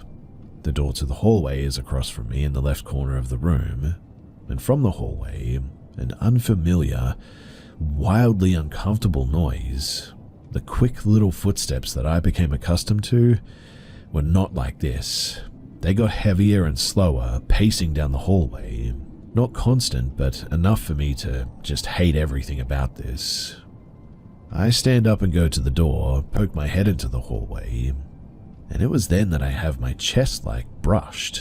Not like shoved or pushed, not caressed, but just like, yeah, I can touch you sort of thing. Message received loud and clear. Out loud, I say something like, okay, bud, I'll go. I go to the bed and start packing a bag.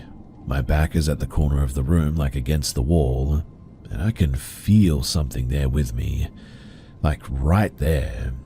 My feelings are confirmed too when over my shoulder, suddenly, I hear a growl. Not like a dog growling, but a distinguishable sound. The best way that I can explain it is if you asked a tired, overweight guy to impersonate an empty stomach. And at that, I dip so fast. I stay at my art studio and I go back during the day and try to push it to the back of my mind while I start packing my stuff. At this point, I'm moving or attempting to. Credit score and financial situation aren't ideal, but I've seen enough horror movies and I know staying helps nothing. After staying at my art studio a few nights and spending the days there packing with no activity, I decided to stay another night. After all, my studio is not the most comfortable place to sleep. First night back, nothing, just the overwhelming fear that it's going to happen again. Second night, nothing. Third night, same. Okay, so maybe I have carbon monoxide poisoning or something the other night. I try to breathe easy, but that stuff was terrifying, so easier said than done, right? Once I somewhat settled back in while continuing to pack up, that was when the footsteps started back up. Things progressed like a heroin addict's tolerance after a quick stint in rehab. Then I started catching little glimpses of it too, where it will be like right at my shoulder, just enough in my peripheral for me to notice that it's there. As soon as my eyes stop focusing on that area and my head turns, there it is, in that corner. A bunch of creepy stuff started happening too at this point. Here are some examples. So I was showering naked, as most people do, right? Recently removed shirt was on the floor leaning on the closed door. I rinsed my face and Then my shirt is halfway under the door. My leg was grabbed, like legit pulled while walking up my steps. My little closet door got slammed shut at one point. The house got unbearable, especially upstairs. Like, the second that I go up there, it would be right on my back. Not touching me, but like, just right there, right out of sight. You could feel it. Every step that I took, it took with me. This wasn't just at night anymore too. It was constant. Keep in mind too that I'm packing up to move, so I really don't have a choice but to be there sometimes. I never go at night anymore, and if I do have to go upstairs to pack, I'm supermarket sweep styling that stuff. But my final to heck with this was at the end of May. I was in my room finishing up packing.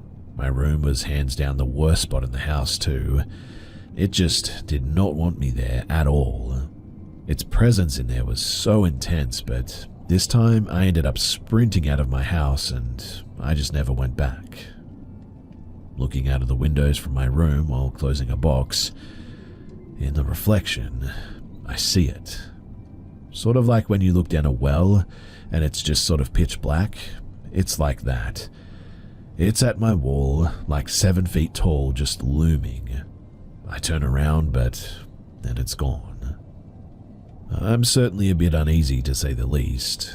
It was like a magician coming up with new tricks to wow the audience. Just replace wow with terrify and audience with me, I suppose. But throughout this nightmare, I would often set up my phone along with the security camera. I just wanted to get something to prove that I wasn't bonkers, and this was the last time that I would have to do that. So, like I had done in the past, my trembling hand sets up my terrible iPhone 6 and hits record. I go downstairs and when I come back to check if there was anything there, I run the recording back, and although I can hear footsteps and floor creaks from myself moving around and all that, I hear "get out." And so, at that, I certainly did.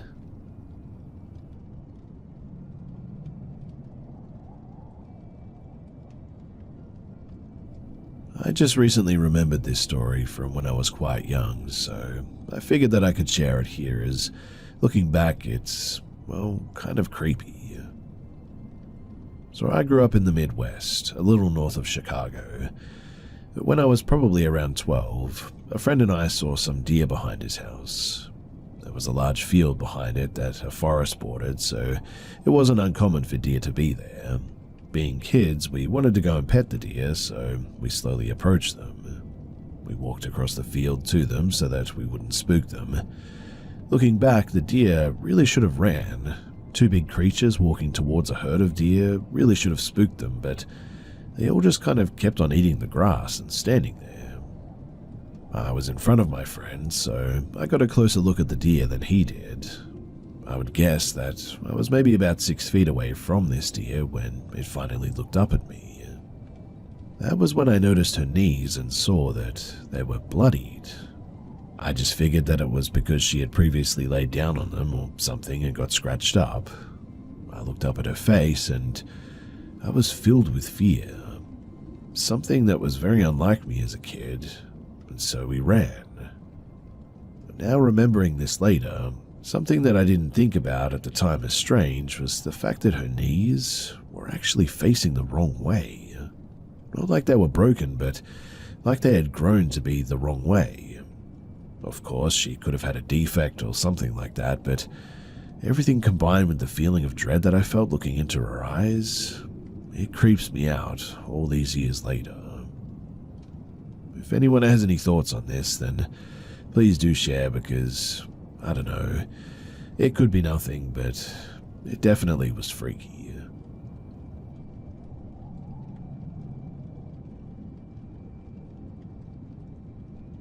I used to be a police officer in a city in Virginia. There is one upscale neighborhood in our city with very nice homes. I was always told stories when I was a new officer that there was a doctor who used to live in one of those homes. The story goes that the doctor attempted to perform some type of operation on himself. He numbed his stomach area to make an incision on himself, but since he couldn't feel it, He accidentally cut too far and too deep, and accidentally disemboweled himself. When officers and paramedics arrived, he was found barely alive, holding his own intestines, and ultimately died. Fast forward, I was assigned a call about a young female who was found dead by her older sister. When I arrive on scene, it is in the aforementioned nice neighborhood. When I exited my vehicle, I immediately had an uneasy feeling about the house. While nice on the outside, it just had bad energy surrounding it, I suppose. As I approached the front porch, I noticed countless empty energy drink cans and a Ouija board on the front patio table. Everything about this house just felt off and wrong, but when I was let inside, the family was obviously very distraught. I was told that the deceased sister, her name was Emily, was in the basement. At this point, another officer had arrived too, and so he stayed upstairs with the family as I entered the basement. The basement was unfinished and was fairly dark, minus 2 pull-string light bulbs, one on each side of the basement. The scene in the basement was similar to the front porch though. Energy drink cans were everywhere, and another Ouija board was on a small coffee table. Emily, who was 19 if I remember correctly, was hanging by her neck on a basement rafter. She had unfortunately ended her own life with an exercise band and was swinging back and forth slightly. It was a horrible sight, and another officer helped me lift her to bring her down. Emily's family consisted of her mother and father and her older sister. Her parents stated that they had been trying to help her because all she ever did was drink energy drinks to stay up all hours of the night playing on the Ouija board. Her sister gave a little bit more detail about it. Being sisters, she stated that they were very close and told each other everything pretty much. Her older sister said that Emily indeed had been obsessed with the Ouija board, drinking energy drinks to stay up all night and talk to what she believed was her boyfriend, who was dead. Her sister stated that Emily had been saying that her boyfriend was begging for her to come join him in the afterlife, and so she believed that this is why she did what she did. Now, let me reiterate, this house felt wrong. Everything felt bad, and I had a very uneasy and sick feeling being in that basement. And not because of the dead body. After all, it definitely wasn't my first. This is a call that really messed me for a while, though, and we really never got much more explanation, and as cops, you kind of just have to move on to the next call. But 2 weeks later, to the day, I get a call about a car accident with ejection. I head to the call, code 1, lights and sirens, and arrive to find a convertible BMW with the top down, which had experienced an obvious horrible crash and rollover. I was sitting on its wheels, and in the driver's seat was a woman who clearly had a broken neck, as her head was almost all the way turned around. Next to the vehicle, about 25 feet away though, was a man who had been ejected. Keep in mind this was a convertible, so he was ejected from the top of the car, and let's just say that it was a horrible scene. I went to close off the scene with some yellow tape. I walked about 75 yards away from the accident, where I found yet another chunk of the guy. I'm not trying to be intentionally graphic here, but I want to paint the picture of just how bad and violent this car accident was. Upon obtaining the man's ID, I read the information off to the dispatch, and then another officer and I both realized the same thing at the same time.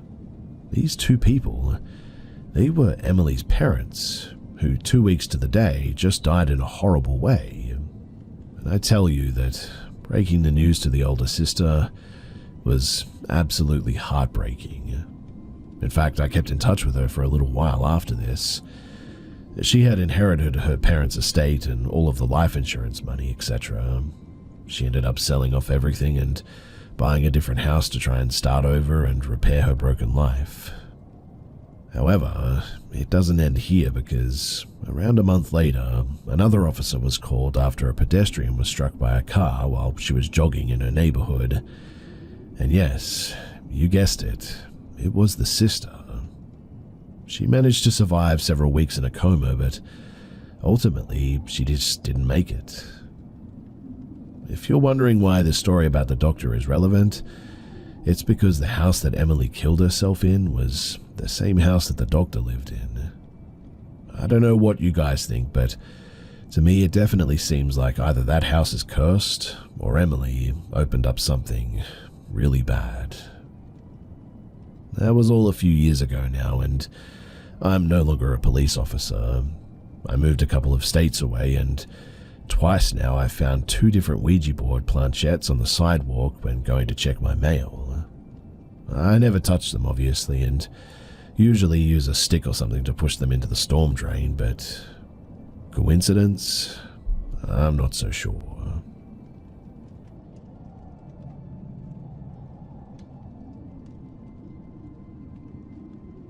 I grew up in a fairly rural area of Virginia. As a kid, I had an obsession for dirt bikes, watching motocross on TV, the X Games, reading Racer X magazines. It was all I thought about. So when my mum and dad bought me my first dirt bike one Christmas, I was ecstatic. From that moment too, my days were consumed with riding that thing. As soon as I got home from school until sundown pretty much, you could bet that I was in those woods somewhere riding around. Right behind my parents' house was a huge expanse of woods. There was a trail that ran virtually the entire length of our neighborhood. It was a point-to-point trail with a few turns, hills and jumps. It would take about 15 minutes on my dirt bike to ride the length of the trail from end to end. There were no other trails too, just this one long trail. And when I got to the end, I would just turn around and go back the other way. I would ride back and forth for hours pretty much every day. I ended up learning that trail like the back of my hand, where every tree root was, where every turn was, where every rut was. I mean, you get the picture. Now, when I was 13, I started having this reoccurring dream. I would be riding my dirt bike along that familiar trail when suddenly there would be a new intersection, a brand new trail to go down. I would ride down it and come to a large clearing in the woods. In my dream, I had this feeling that when I got to the clearing, I was supposed to be looking for something, finding something there. But every time I got to the clearing, I would always wake up. This reoccurring dream continued as well until I was about 14. I left my house one afternoon, hopped on my dirt bike like normal, and began another afternoon of riding back and forth on the trail. I rode for around an hour when it happened. I was heading up a small hill mindlessly by this point, knowing everything to expect. Coming over the hill, though, I saw it. There, all of a sudden, was the intersection. I locked my rear brakes, causing the rear end to slide sideways slightly. I couldn't believe my eyes. Was this real? I sat there for several minutes, my bike's motor idling, staring down the trail. 1,000 thoughts suddenly raced through my head. I mean, how is this possible? Was it always here? Looking down the trail, I couldn't see the end of it. It went straight for about 50 yards, but I couldn't make out what was at the end. It was as if I couldn't focus on it clear enough. It was just sort of a straight trail, though, I guess. It matched exactly what was in my dream, though. And so, in the end, I decided not to go down it, almost not believing that it was really there. I told myself that if it was there again tomorrow, then I would go down it. Anyway, the next day came and I again ventured out into the woods. I rode straight to the spot where I saw the new trail, fully expecting for it to be gone, but sure enough, there it was again. I made the turn at the intersection, and that's when I slowly began riding down the trail. I drove down the trail, staying in third gear, slow and steady. The trail was completely straight, and it only took me about a minute to reach it. The clearing, that is. The exact clearing that I always saw in my dreams. Dumbfounded, I sort of stopped, put my kickstand down, turned off the motor and got off my bike. I took off my helmet, looking around. What the heck, I whispered to myself.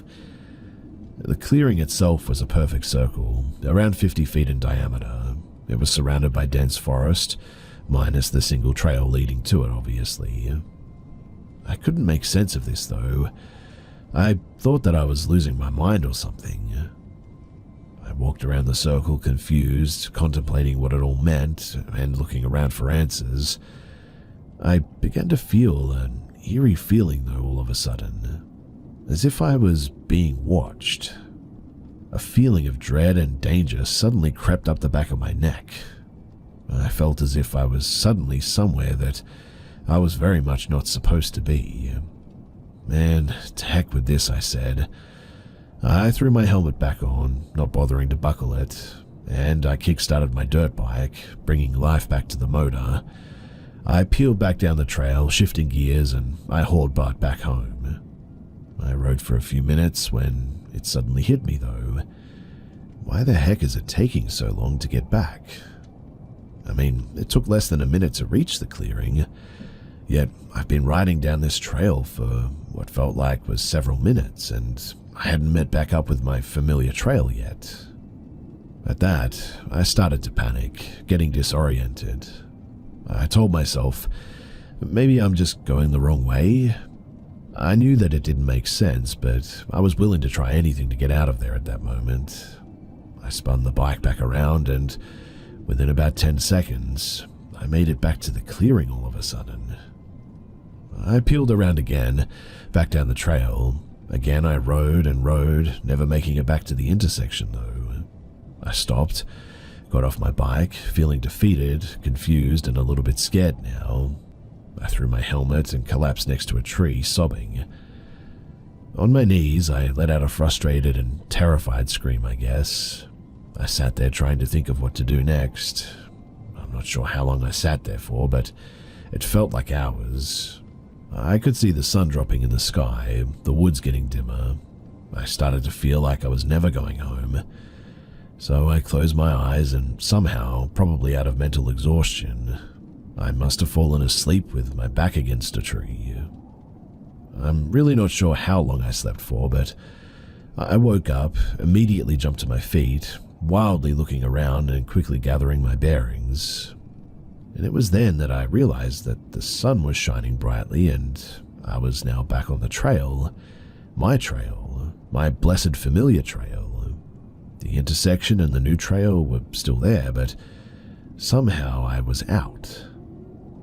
Quickly, I jumped onto my bike, riding as fast as I could to get home. I had no idea how long I was gone for and thought that my parents were probably worried sick. Exiting the woods by my house, I parked my bike and I quickly ran inside. "Hi, honey," my mum said. "I'm sorry, I don't know what happened. I just lost track of time." I managed to get out. "Well, it's only been an hour. I'm surprised you're already back inside, actually," my mum said. I stood there, mouth agape, staring at my mum. "Are you okay, sweetie?" my mother asked me, and a look of concern was suddenly growing on her face. I forced out an awkward smile. Yeah, I'm fine. I'm just not feeling well, I think."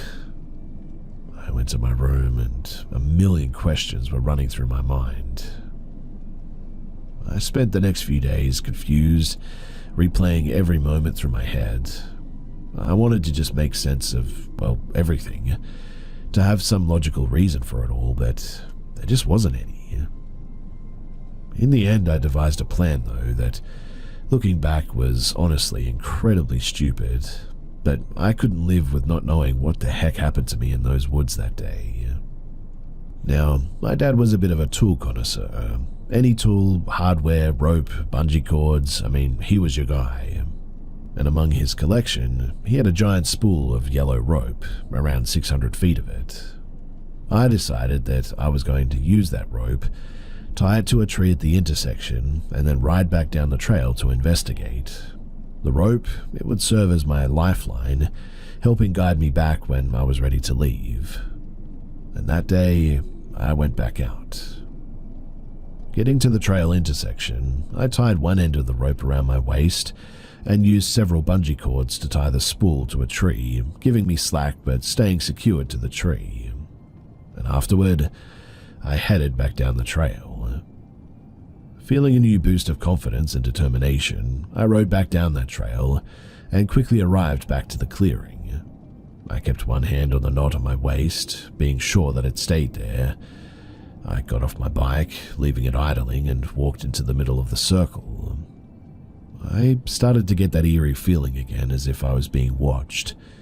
But this time I shook it off. A new feeling of bravery had suddenly come over me. I felt determined to discover what it was that we were supposed to find here, and what the point of all this was. I forced down the feeling of dread. Scanning the clearing, I suddenly became fixated on one tree in particular. This tree was darker than the rest, almost looking burned maybe. I got closer to it. Flaky black scorched marks covered the tree. I was staring at the tree, almost feeling stuck in place, when suddenly something began slowly peeking its head out from behind it. The face was black, burned, decayed, and not human, almost like a bad imitation of one. It had short, wiry black hair that looked oily and covered in soot, and as soon as its eyes met mine, my dirt bike's motor shut off all of a sudden. The silence caused me to turn around to look at my bike, then I quickly turned back, but when I did, the thing was gone. Eerily, though, the woods suddenly became very silent. For a split second, I froze too, until instinct in my body kicked in and told me to get the heck out of there quickly. I sprinted back to my bike, kick-started it harder than I ever had. I half expected it to not start, but to my relief, it had started. I left my helmet behind, riding as fast as I could. The image of the thing's eyes burned into my mind. In my haste to leave, I made a fatal mistake, though.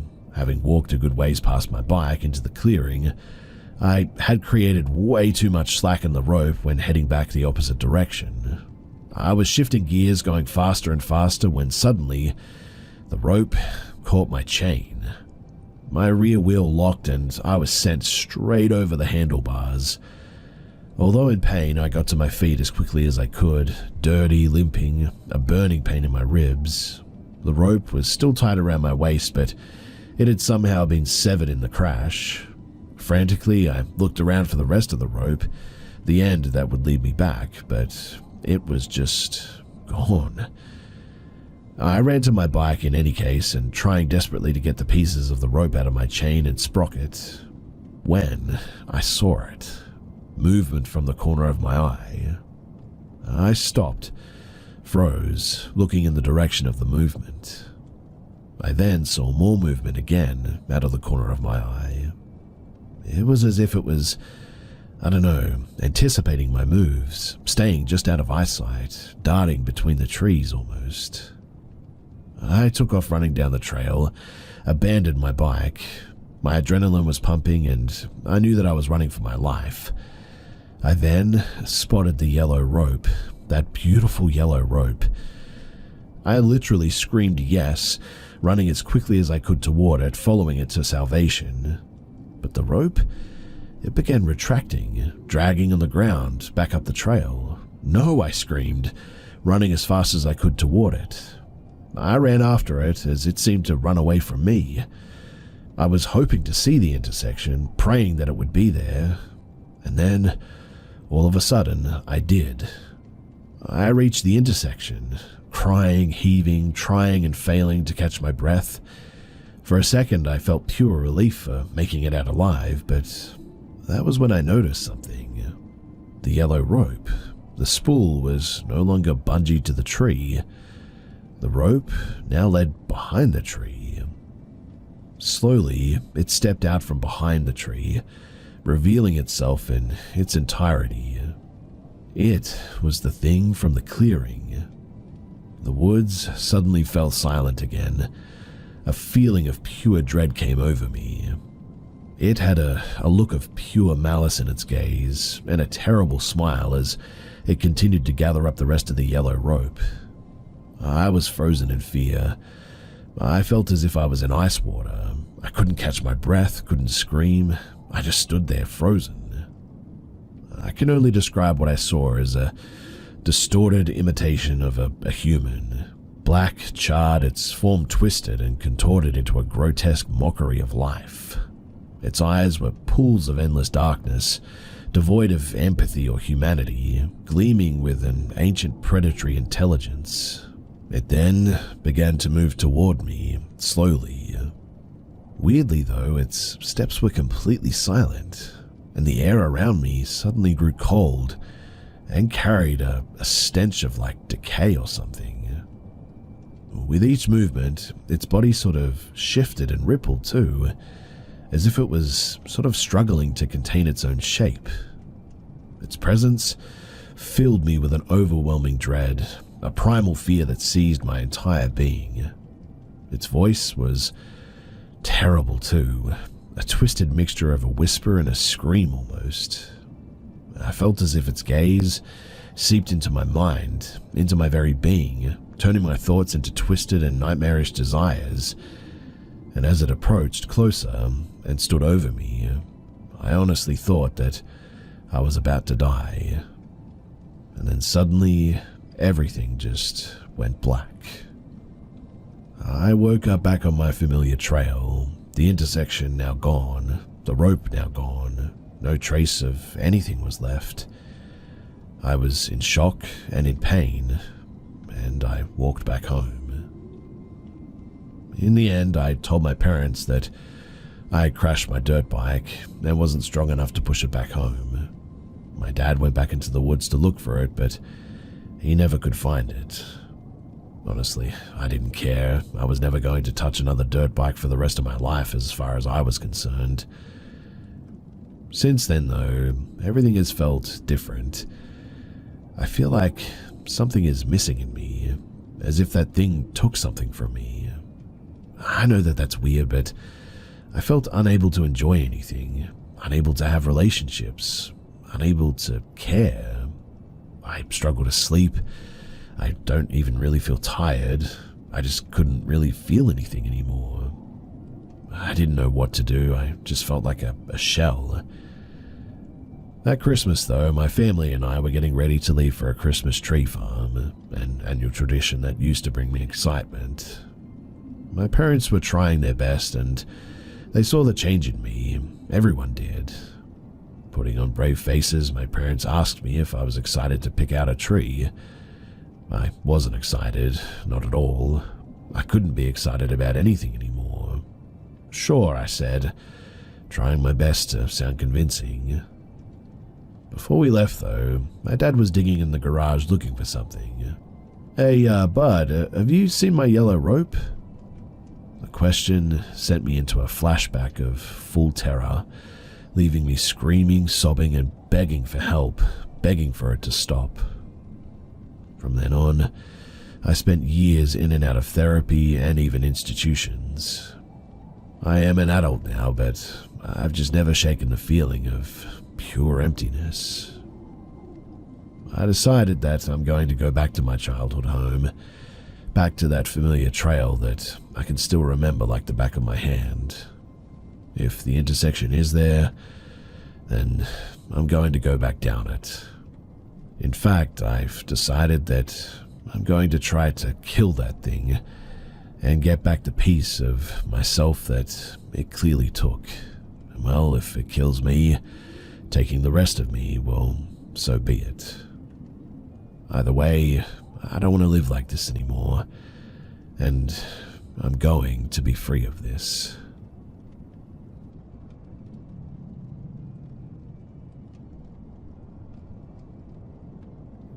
I grew up in a century house. I think it was 105 years old in 1985, so very, very old. It was beautiful, but I hated the vibes there.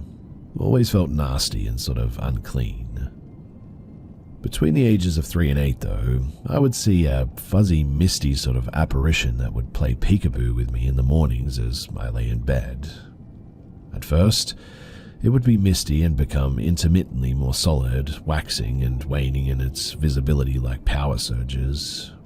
For a long time I would stare, especially on weekends when I slept in and had time to ponder, thinking that I was half asleep, but I would count, spell words, do my ABCs, later recite prime numbers, pinch myself, move about to make sure that I was awake, and I can assure you that I always was. I'm a pretty straightforward person, always have been, but I couldn't believe my eyes. But then I got used to it, and it would just keep playing peekaboo as I read my books and magazines, when I got some cereal, sometimes take a bath and came back and read. Later, when I got a TV, I would watch cartoons and it would be there. It sort of became my morning ghost buddy, I guess. I did my thing and it did its thing. It was a misty shape of a head and shoulder and featureless but semi-solid. I could see through it, but also it was like staticky and would sometimes be more obvious and then sort of fade back to a less solid fog. Also, it sort of looked like moving particles if you stared long enough, like static from a TV, but more white. It didn't feel scary, I guess, but just odd to me. It was almost like I was witnessing something highly unusual, and it was sort of bemusing. A phenomena of sorts, I guess. Anyway, the freakiest part is that it was doing the little peek thing at the top corner of the 10-foot door frame. Sometimes a little more than the head and shoulders would move out, and it would be an amorphous blob, but it's like there was a barrier and it couldn't move far beyond the door frame. I don't even know if it was actually truly conscious enough to be playing with me, or it was sort of stuck there at the frame and doing its thing, but I sort of felt like it had some intention. Just a feeling I had, but that's what it was. Eventually it would stop, or the light got so bright that it would not be discernible, but I think it stopped about mid-morning. I never saw it at night or dusk or any time during the day if I took a nap. This was only in the morning hours, between dawn and say 10 or 11 a.m. Eventually I just stopped seeing it too. It could be because I started closing my bedroom door at night as I got older and wanted privacy, but I'm not so sure. Looking at the history of the house that was built by a distant relative who owned a sawmill and local hotel, he was a bad actor from what I understand. At some point there was a fire shortly after the house was first erected in the 1880s, and the stairwell and the upper floor were damaged and reconstructed. Not a devastating fire that killed anyone, but the stairwell in the foyer on the second floor by my bedroom was not the original, but 20 years or so younger. Maybe that guy, though, maybe he killed somebody there because he was a southern gangster of sorts and was involved in getting rid of some folks, or so it said. Some people did pass away at the house of old age and natural causes. Wakes were held there, so maybe a ghost. Appalachia is old with history, predating the settlers, so who knows. To my knowledge, no dramatic deaths, and my family are all about knowing the scoop on the family drama, so we could never find anything there. Also, the house eventually burned down due to electrical issues during renovations after we sold it in the 90s. But it had a majorly creepy vibe in some of the rooms also, like a feeling of dread and sort of sadness, I think. I had a playroom in the attic, and sometimes I would be playing in there and feel like I was being watched, and the hair on my arms would actually stand up like fear or static in the air, and my ears would start to ring too. I describe it a bit like the air changed, like when you go to higher altitudes and your ears pop, or when the silence becomes audible, a shift in silence from normal silence to sort of complete and thick silence. It was a total atmospheric shift, a pressure change. I would be so afraid that I would almost get a freeze response, but I somehow knew not to react like that. Like I was scared, but to put my things away per usual and calmly leave like normal without freaking out or getting hurried. As I got older, I have heard some bad energies feed on fear, so it's interesting as a kid that I knew in my gut not to react like that. Just sort of remove myself, but don't overreact. I've always had a good poker face, and maybe that's why, I don't know, but I also don't scare easily, even in situations that would warrant panic. I'll freak out later, but in the moment I just try to stay cool, like autopilot or going numb, which is good in times when you need your wits. That's the first time that I remember engaging in that mode, about 5 or 6 years old in my attic playroom. Another story too is that we lived in a mountainous area foothills of the Blue Ridge Mountains. At the base of the mountain there was a huge cotton field. It was pretty beautiful actually, but I would freak out when I saw it. My mum said that it started as a toddler, but I would look at the field as we drove by and I would start hyperventilating, whimpering and get tearful. Later, when I got older, around 5, and learned what was up, I would just hide under a blanket until we passed it to manage my exposure. As I got even older, I would just look at it and try to figure out what about it vexed me. It was a stunning visage, beautiful and picturesque. Nothing that I know of happened there, like a battle or recent bad history or anything. But my mind saw something my eye could not, and it was freaky, and for whatever reason I hated it. As an adult, I no longer get that feeling at all when I see the field. Just a peaceful place, I guess. People even take pictures in the late summer and fall when the cotton blooms there. Also, there's sunflower fields adjacent to it, and that's pretty glorious.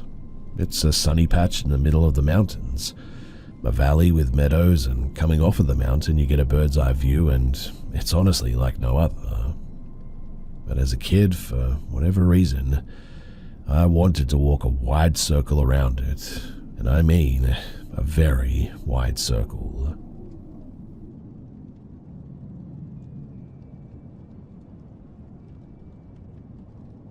My grandfather's family had lived in the mountains of very rural central Pennsylvania since the 1700s.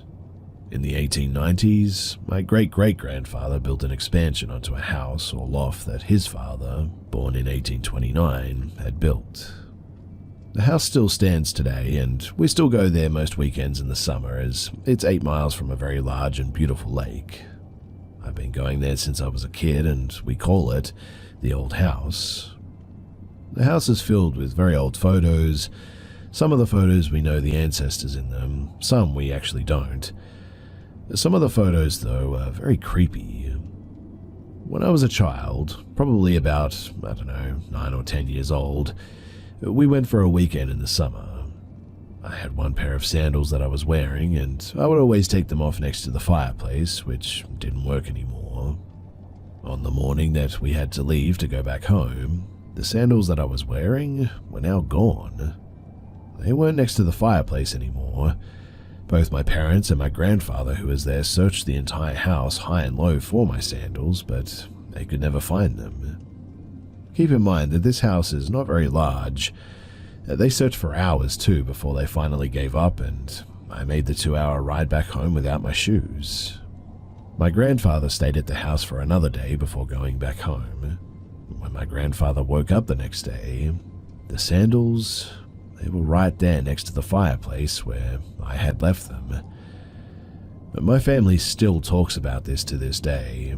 My grandfather told my mum that they must have not wanted her to leave.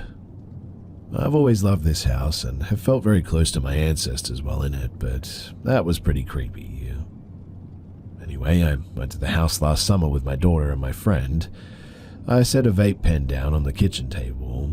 My daughter and friend were outside picking apples off of an apple tree behind the house. We were due to leave the house that morning. I went outside to load up my car, and when I came back in, the vape pen was not on the kitchen table. Nobody else had been in the house between the time that I had set the pen on the table and the time that I had come back in. We searched the entire house, and there was just no vape pen to be found. I and my family members have been back at that house half a dozen times since last fall when this happened, and no vape pen was ever found or recovered. My ancestors never drank or smoked from what my grandfather tells us. My mum tells me all the time that it was them telling you to stop. Not super scary or anything, but it is definitely completely unexplainable. I have always felt a crazy deep connection to that house too, and have taken it upon myself to research and gather a lot of information about my ancestors who lived on that land. I am the oldest grandchild, and one day that house will become mine. as we always pass it down to the oldest member of the family, per my great-great-grandfather's will. Weirdly enough too, I seem to be the only person whose belongings always go missing in that house.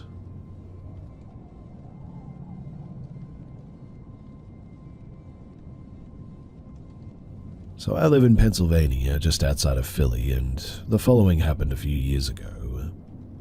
It was a late November evening, and my wife and I were craving wings that day. A quick search brought up a new joint in Royersford, PA that had just opened. I put in an online order, and then I zip on by. The man behind the counter, middle-aged African-American gentleman with a jovial disposition and a hearty laugh. We talked about the Eagles while he got my food ready. Eventually, I thanked him and I left. A few months later, he is in the news, apparently, for killing his business partner, apparently over a money dispute. She had funds and he wanted them for a new location, but she allegedly refused. He buried her outside of an industrial area and parked her car elsewhere. The police found evidence of him being in her car, several failed attempts to get access to her Cash App or Venmo account, evidence of a struggle in her home, and before long, Chicken Wing Guy was actually arrested, tried, and convicted of his business partner's murder. I didn't connect it immediately too until later that this was the same guy who had served me after an article named the business that he owned. It was the very restaurant that I got wings at a few months prior. The wings, they weren't good at all as I recall too, but he was a convicted murderer and I was served by him.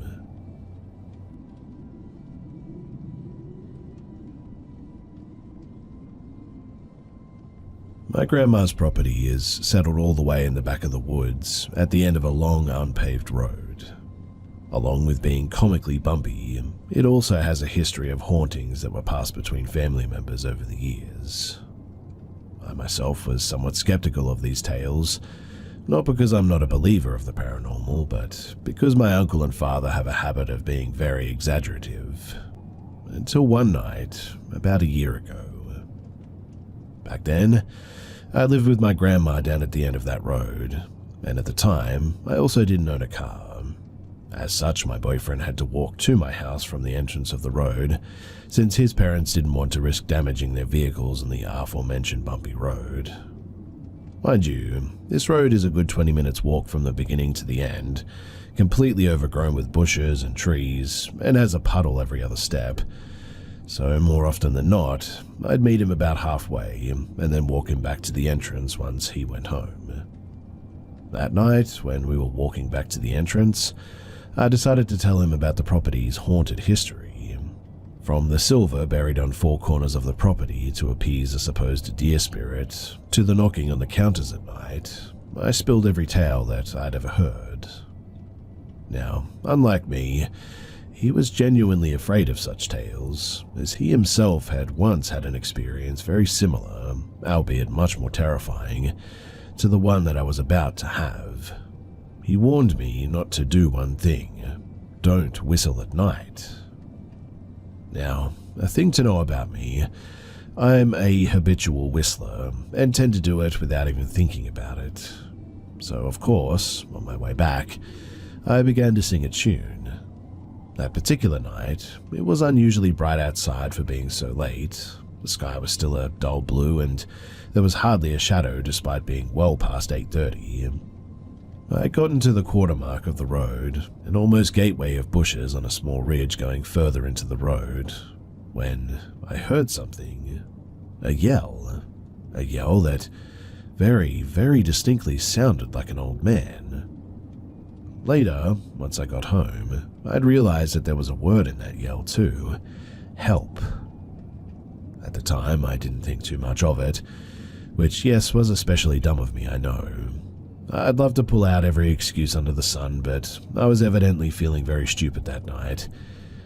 Now that I've had time to think about it too, I've noted two things.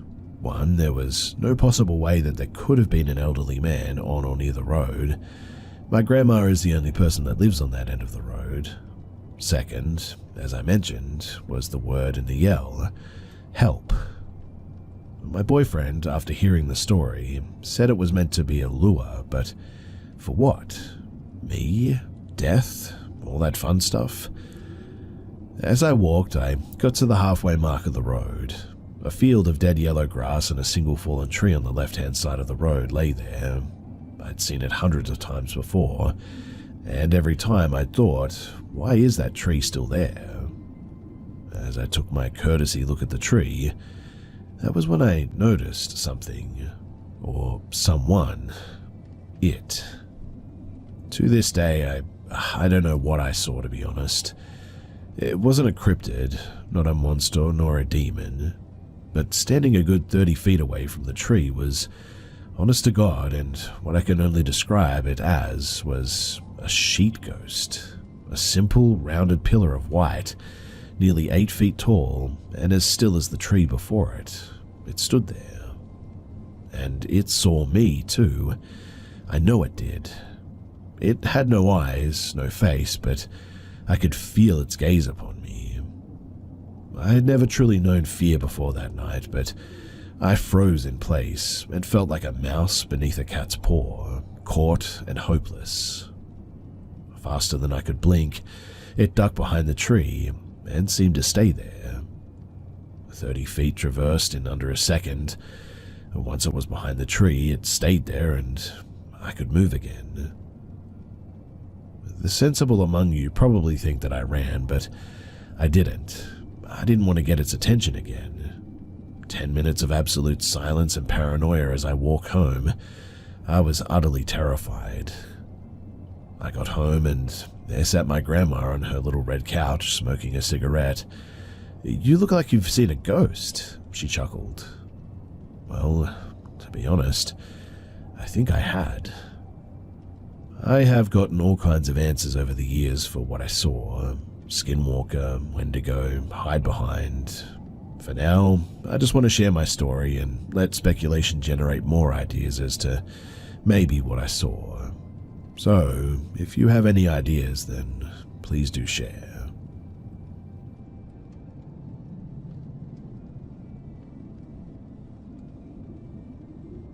Many things in my life have been very spooky, but a pinnacle event always stands out. I worked in a cemetery that was built on the grounds of a carriage house that burned down, taking at least one human and some horses with it. Now, there was also a pauper's grave of unknown remains transplanted from a tiny rural graveyard there too. And one Saturday, I was on duty and very, very aware of the male shadow figure who lurked around the office. You could hear him walking with a cane up and down the hall. It always put me on edge. He felt ominous and disquieting. I had a burial that day and the family no-showed. Later on, I swore that I heard someone in the lobby down the hall from my office though, but when I got there, they were gone. I assumed it was the family and rushed out to find them. We played Ring Around the Rosies with a huge funeral home between us. Finally, I realized there were no cars in the lot besides mine, and I hadn't caught a glimpse of someone just rounding a corner since a lap ago, so perhaps they left? Later on, I was in the giant vault that doubled as our records room. When my back was turned, the door slammed shut. It could only be opened with a key from the inside, and guess what wasn't on me?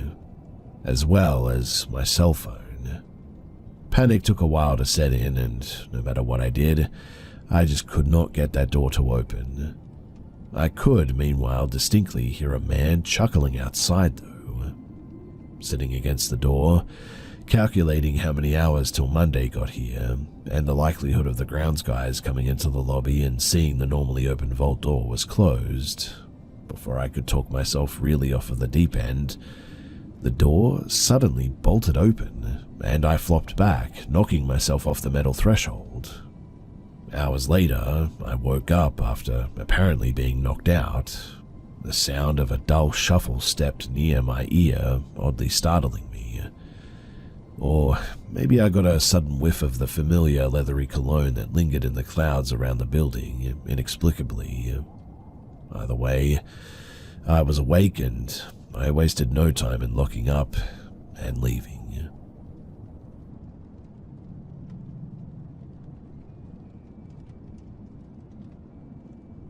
I'm from a small country in South America and attended a religious school. Every year you go to this sort of spiritual getaway in a camp that's situated in an open field next to a small river and this sort of forested mountain area. Said place is beautiful but gives off an off vibe, I guess, almost like it's lost in time due to its very old structures. And because of this, the place has been shrouded in mysteries and horror stories. It doesn't help, too, that the whole town was once burned to the ground in a very gruesome war that almost wiped out my country off the map in the 1800s. Anyway, here's what happened. So it was my last year in school, our last camp, and after a long day, all of my class was tired from hiking the forest next to the camp. After dinner and a short stay at the campfire, we were sent to bed that night. My class was made mostly of women. There were very few young men there, only about 6 including me, so we had the whole dorm hall for us and that was pretty sweet. Now this dorm, which was housing only 16s, was a long hall full of bunks made for at least 40 people. Since we didn't have to share, we all chose top bunks next to each other, 3 on my side including me and 3 on the row facing me. It was about midnight and we were just sort of lying there talking, joking and laughing in the dark since the lights were out anyway. But after a couple of minutes, I must have fallen asleep. Now, I woke up at what I assume was between maybe 2 or 3 in the morning. I rose my head from the sheets to see my best friend in his bunk in front of me, also raising his head. He sort of nods jokingly to the bunk next to him where another classmate was sleeping. He sort of nods jokingly to the bunk next to him where another classmate was sleeping. When I turn, I see the silhouette of my classmate just sort of standing and staring at his bed. I laugh quietly and nod to my friend as to play a prank on him. But then, before we could act, I see the silhouette crouch and notice that my classmate was fully asleep in his bed. Almost at the same time, my friend and I react and look at each other wide-eyed. Both of us cover ourselves in our sheets, doing our best to fall asleep again. Somehow we eventually managed to do so, but the next morning I went straight to my friend, and before I could finish asking if he saw it too, he just interrupted with a yes, and he told me exactly what he saw. It was the same thing. We approached this classmate and explained it to him. Of course, he thought that we were joking, but both me and my friend remember that event to this day, talking about it every now and then, almost 7 or 8 years after it happened. There was no way that it was one of us because we were all accounted for in our bunks. And so, we have no idea who was standing there that night. Also, it wouldn't have been such a big thing if I was the only one who saw it, but the fact that my friend saw the exact same thing that I did, well, it gave me huge chills. I hope one day that I get an explanation for what happened that night, but somehow I just don't think I will.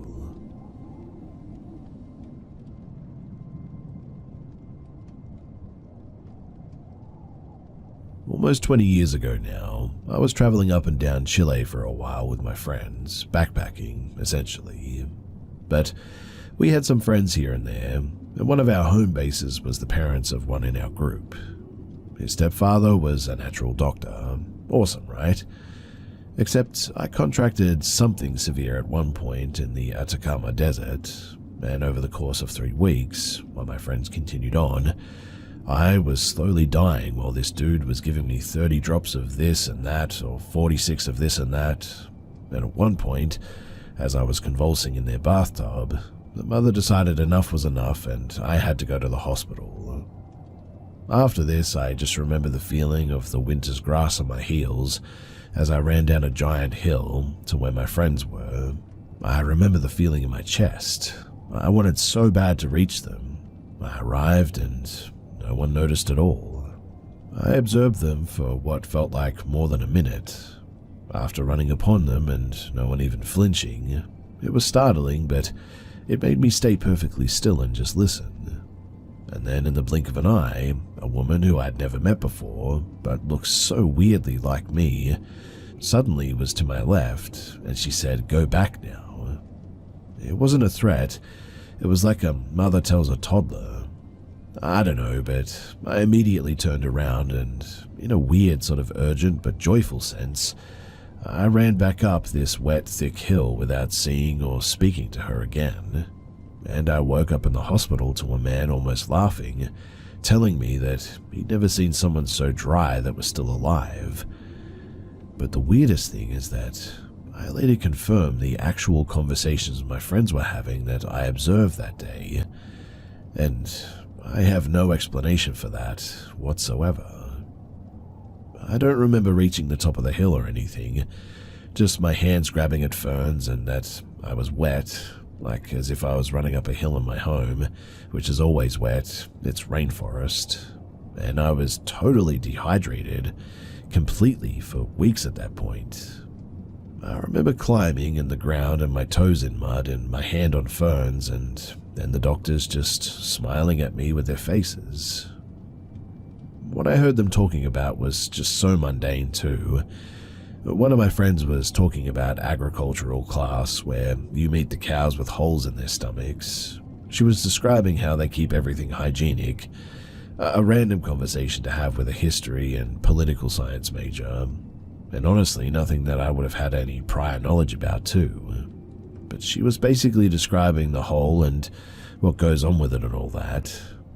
Like I said, I reiterated this to them and they confirmed that this was actually what they were talking about. And it was in the location that I saw in my, well, whatever that state was.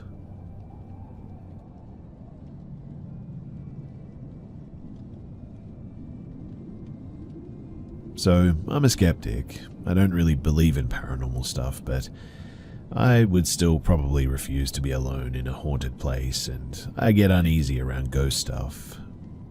There was also something peculiar that happened when I was a child that I remember vividly, but I have no real rationale for, and I'd like to get some ideas as to what it was or could have been.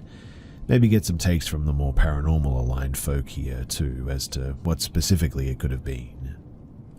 So, I grew up in a council estate in northwest England, quite a poor area, and I believe it was built upon a small Italian POW camp some years after World War II actually ended. I'm not sure about that, but there's some local stories about haunted pubs and such, and my mum would always be watching paranormal TV shows like Most Haunted, so any notion of Occam's razor was firmly out the window, and I would quickly assume something was a ghost, etc. There were many stories of a black shadow moving through the terrace we lived in as I was growing up, and this was a common story shared between neighbors, but this could easily just have been a lie. But to get to the main story, I was probably around maybe 11 or 12 years old when this happened. I'm 25 now. My parents and my younger sister, they had left for a school performance and I'd stayed at home. I assumed I was home alone until I heard some noise downstairs. I go and check it out and there's nobody there. I assumed it was my oldest sister, who could have been home. Turns out though that she was at a party, and then I heard footsteps upstairs. I step outside into the front garden to check my parents' bedroom window, and their bedroom light was turned on miraculously. I was certain though that it was turned off before, as I turned it off myself after they left. I was sure my sister was at home, so I go back inside, lock the door, and I go check upstairs.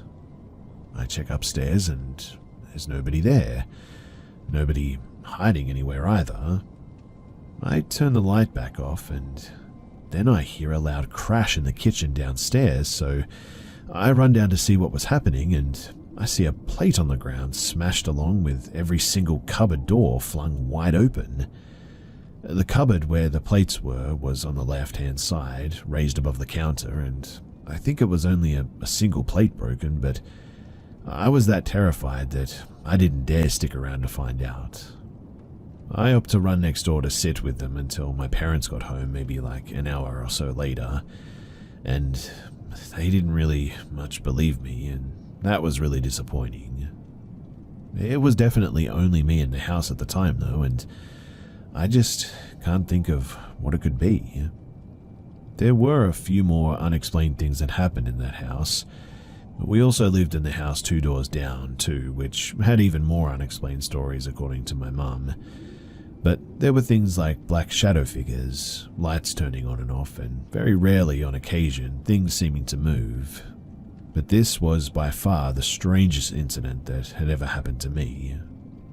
So, what could it have been from a paranormal standpoint?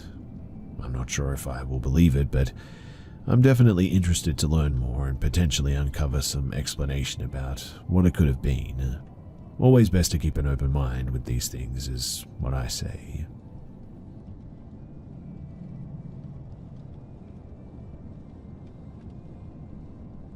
Look, I know that this is kind of a lot all in one night, but this is exactly as it happened. And if you have any insight, well, it's definitely welcome. I still don't understand how it all could be connected, but this past week, my friends and I rented a cabin in Hatch, Utah, at the base of some mountains. We were so high up that the house didn't have AC, so we opened all the windows. This matters for later. We were surrounded by beautiful tall grass, awesome views. It was just perfect. We went out at night to stargaze, and that's when things started to get a bit weird. My husband and I were out by ourselves after our friends went in when we saw a ton of what we thought were satellites out of nowhere. They formed into a sort of triangle shape, and suddenly the night sky that was inside the triangle started to move with the lights very slowly, almost like something was using a cloaking device to hide what it was. We both thought UFO instantly and couldn't believe what we were seeing. As soon as it appeared, it zipped off and we didn't see anything else again, but noticed that all the sound had stopped. What I mean is that there was no sound from bugs, bats, or anything, except there were tons of shooting stars and a few what looked like meteors as soon as it was gone. We both went inside to tell our friends because we felt a bit uneasy because of this. I do wish that that was it, but about an hour later, we were in our room getting ready for bed when we heard a high-pitched whistle outside. We both sort of laughed at this and joked about skinwalkers and wendigos. I don't really believe in that stuff, so again, we laughed it off and we got into bed. But not even 10 minutes later, we heard heavy footsteps on the deck outside of the room and heavy breathing. I was honestly paralyzed with fear for about 15 seconds while we listened to it stomp heavily with a guttural deep breath. I then jumped up and hit the lights outside on the deck and threw open the blinds, yelling, assuming that it was a bear, but when I did, there was nothing there. It had rained heavily that day though, and there were no prints on the deck either, or dirt or mud around the house or anything. Now, I 100% believe in aliens, but I just cannot explain that second encounter. Has anyone else experienced anything like this? Do I need to worry about being followed? Our friends experienced none of this, and I'm honestly just stumped. I felt so uneasy the rest of that first night that I didn't sleep, but after that, nothing else happened for the next 3 nights that we were there, and I felt totally at ease. So I guess my question is, what did I experience?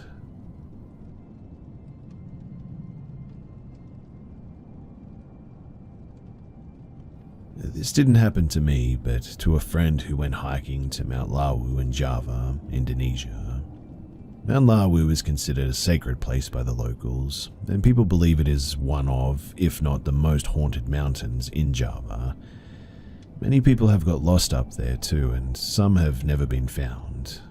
One case in particular, which I recall, is the disappearance of a young boy named Alvin, who went hiking up there with some of his friends on New Year's Eve a few years ago and just vanished without a trace. The rescue party gave up after weeks of combing the slopes trying to find him. He was last seen by other hikers near Pasar Diang, the market or Devil's Market, an empty grassland near the top where many hikers have reported hearing mysterious disembodied voices, hence the name of Pasar Satan. A few years ago, though, my friend and two other hikers, they decided to climb the mountain. There are several marked trails by which you get to the top of the mountain. The busiest one is Candy Cheto, because it is one of the easier trails to pick and the scenery up there is breathtaking.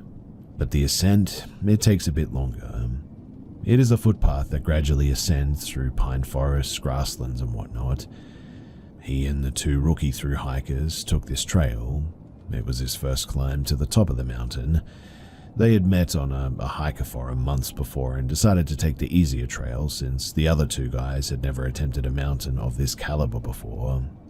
It wasn't one of those busy days when they arrived and there were only a handful of other hikers around.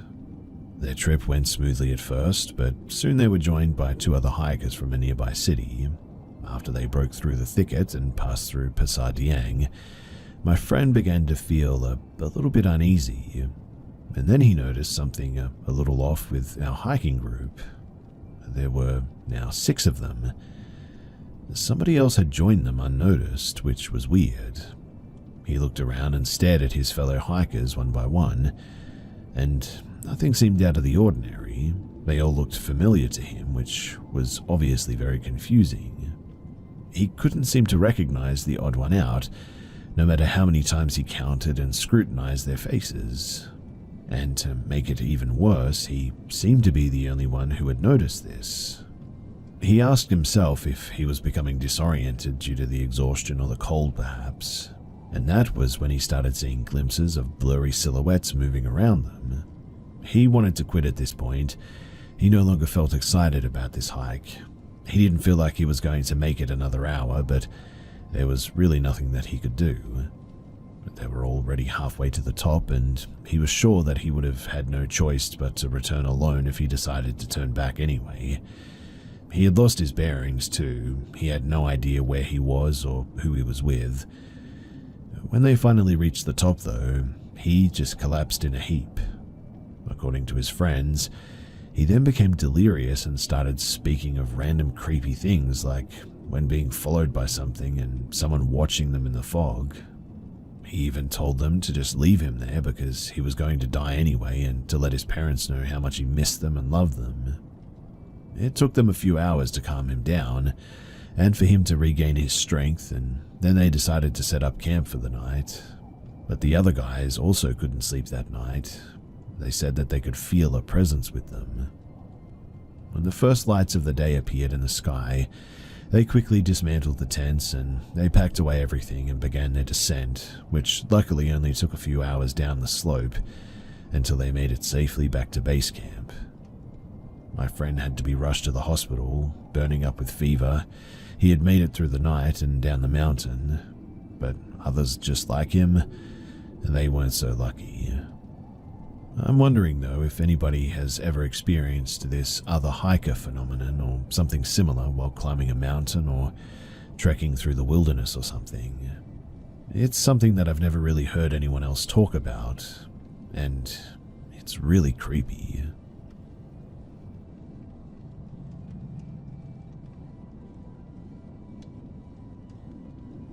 When I was a teenager, I grew up in a small town called Bark Burnett, Texas. It's a country town on the Red River bordering Oklahoma. My house was located on the outskirts of town, and behind our fence was a giant field where cattle would graze, so it wasn't strange to hear them moo throughout the day and night.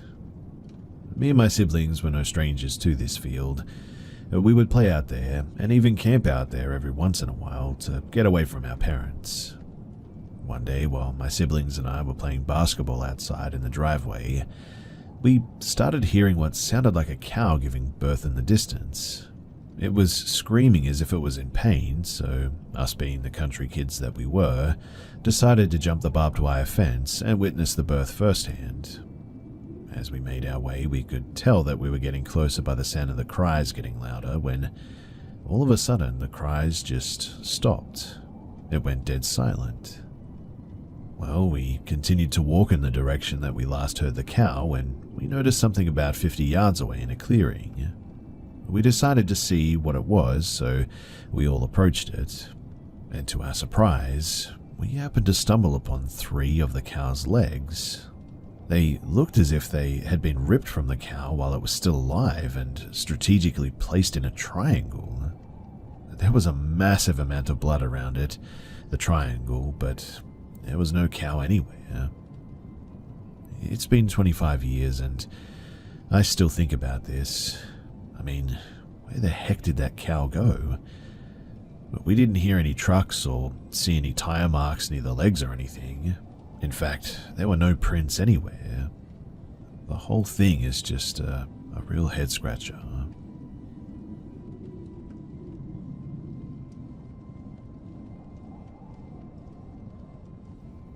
My girlfriend and I live in a small town in New Jersey, right by the Delaware River. We have many trails around here in the woods, and the one that we went to last night is in a small state park right by the river.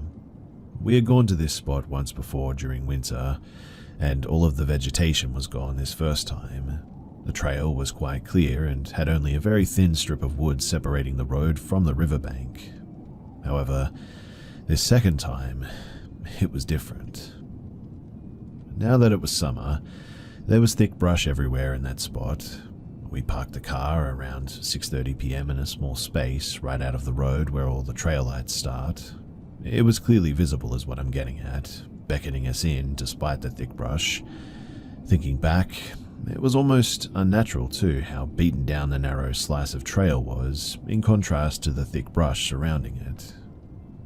In any case, we start on the trail and easily make it to our spot by the river in 6 minutes.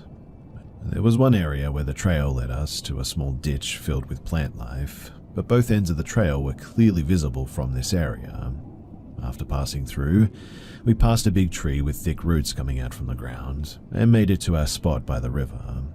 When we got to our spot, we saw that the river was quite high, but we found a spot to sit down. We sat for about an hour talking about the tragic fire that recently happened in Hawaii. At around 7:30, we figured that it would be a good idea to head back before it got dark. When we passed the big tree right at the start of the trail and got down in the ditch, something felt off immediately though. I couldn't tell you exactly what it was, but I felt terrified of the vegetation. It was so thick and suffocating that I could barely breathe. Standing in this ditch, the two of us tried to come back on the same trail that we came through, but when we went in that direction, we noticed that the brush had completely swallowed it up. It wasn't even dark at this point, it was just gone. We looked everywhere in that ditch for our trail. We even brute forced our way into the direction of the trail, but we never found a trace of it. No narrow slice of clear ground, everywhere was covered in green. We wandered for about half an hour, coming upon a second smaller tree with its roots above the ground. And here we saw what looked like part of the trail that we were on, but the entire path was completely blocked by stinging nettles, which we hadn't seen any of on our way in. Mind you, this tree was definitely a landmark that we remembered from our first time coming here. We even have a video of it at that time. We searched and searched, and like I said, this was not a very large trail by any means. We should have stumbled upon it. We were scared of the coyote packs and bears that call these woods home. My girlfriend was panicking, and I was not much better, if I'm being honest. At this point, it was completely dark, and we only had our phone flashlights. We ended up having to brute force our way through the brush to the road, and it took far longer than it should have. It felt like we were running for hours, in fact. We weren't walking too, we were running at this point, and it took us almost an hour to get back to our car at around 8:50 p.m. But again, it was only a 6-minute walk on the windy trail, but when we were running almost perfectly straight towards the road, it took us almost 10 times that. We also ended up farther down the road in the opposite direction of the trail, which honestly should have been impossible, because my girlfriend had her Maps app up, tracking our distance to the road, and we were going straight towards it. When we finally got back to the car, we noticed the trail was totally blocked now. No trace of the spot where we entered, the plants completely undisturbed, like we were never there. And that is honestly one of the scariest parts of this whole experience. We were obviously so relieved, but on the way back home, my girlfriend brought up something from the first time that I had forgotten about. You see, she had found a tattered rope on the ground, right off to the side of the trail under a tree. It was unmistakably and tragically a noose. It had been cut cleanly on the end that would be tied to the tree. It was very dirty and had clearly been exposed to the elements for some time. Not wanting anyone walking the trail to have to see that, she kicked it to the river. Her heart was in the right place, but seemingly a foolish mistake in hindsight. Now, unlike my girlfriend, I'm not a very spiritual person, but when she said that, both of our bodies shuddered, and I felt, momentarily, that same anxiety and dread that I felt in the woods. I knew how lonely whoever tied that noose had to be. I feel almost completely certain that they were behind the events of that night, that they wanted us to stay and keep them company, though I don't think that they meant us harm. Tonight we went back to the trail because my girlfriend wanted to perform a ritual for this spirit. She wanted to make right with it and bring it peace for the night. She set up a handful of witchy-type items and spoke a few words to the spirit. She brought flowers, placing them on the posts marking the still fully blocked entrance, and lit a black candle, adorning the post with a little bit of melted wax. She said a few words and explained how we meant no harm, apologizing for kicking the rope in the river. But as she poured this wax, I saw something that, honestly, I still doubt, but I feel like it's worth mentioning. Below the arching plants to the immediate left of the first post, I saw an amorphous blob of some kind. It did not seem like a trick of the light, as it was dark. We only had one small lantern and the candle illuminating the area. And weirdly, it seemed to reach out to her, not in a violent or negative way, but in a longing and desperate manner. Still, I was terrified something would grab and take her deeper into the brush. She was incredibly calm though, and upon pouring the wax and stepping away, the presence, or whatever it was, disappeared. We sat down in front of the post and kept the candles lit. It was the calmest candle that I'd ever seen. The flames slowly drifted, unflickering, back and forth between my girlfriend and I, as if looking at us and checking us out. As we waited longer, the candle would grow calmer. Finally, as the stick of incense that we were burning began to reach its end, the candle flame began to drift slowly away from us and pointed towards the woods. "Hey, are you ready to go home yet?" I asked. The candle flame then began to flicker slightly, swinging side to side, then setting calmly centered, as if to say, "Okay, I'm ready." When the incense finished burning, we blew out the candle and got back in our car. We then tossed our last couple of flowers into the river at the dock upstream so that they would make it to the trail. We both felt tired and relaxed after this whole experience, and my girlfriend says that we made peace with the spirit or whatever. We do want to go back someday, only during the day and only in fall and winter when the brush has cleared and we can't become trapped by it. But I'm hoping that we can keep it company.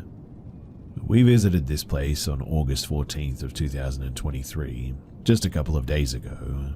Feel free to believe or disbelieve as you wish, but quite honestly, I would love to get your thoughts in the comments as to what you think that this was all about.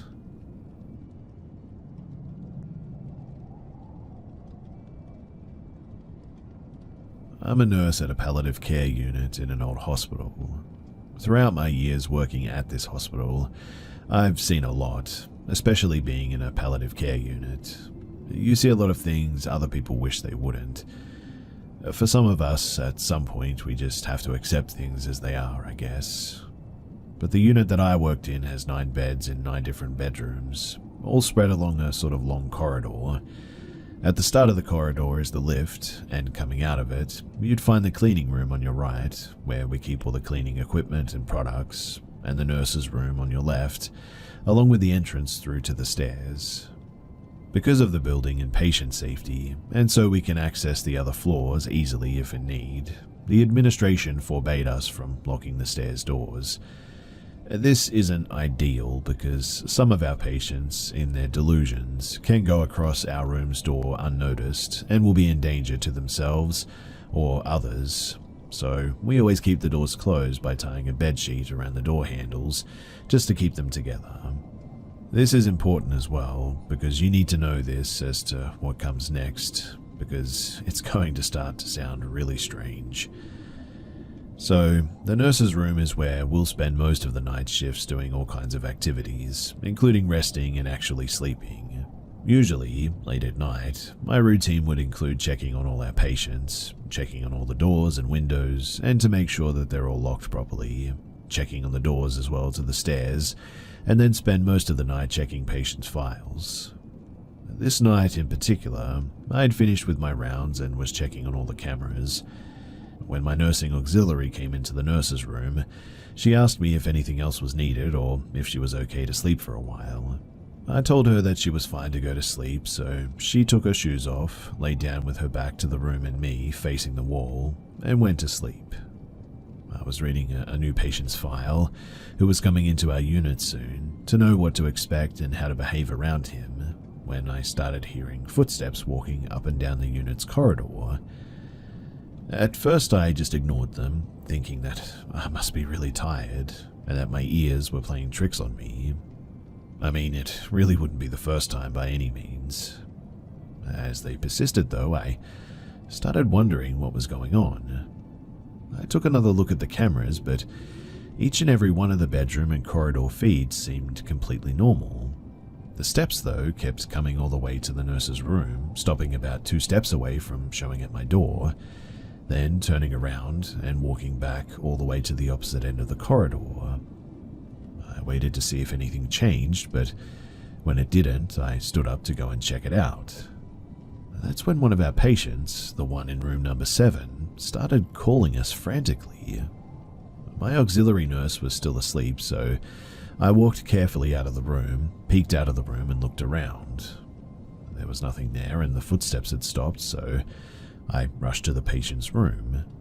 When I got there, he was shouting frantically, huddling against the bed's headboard with what seemed like renewed energy, shouting at me to tell the man in the top hat sitting on the chair in the room to go away and leave him be.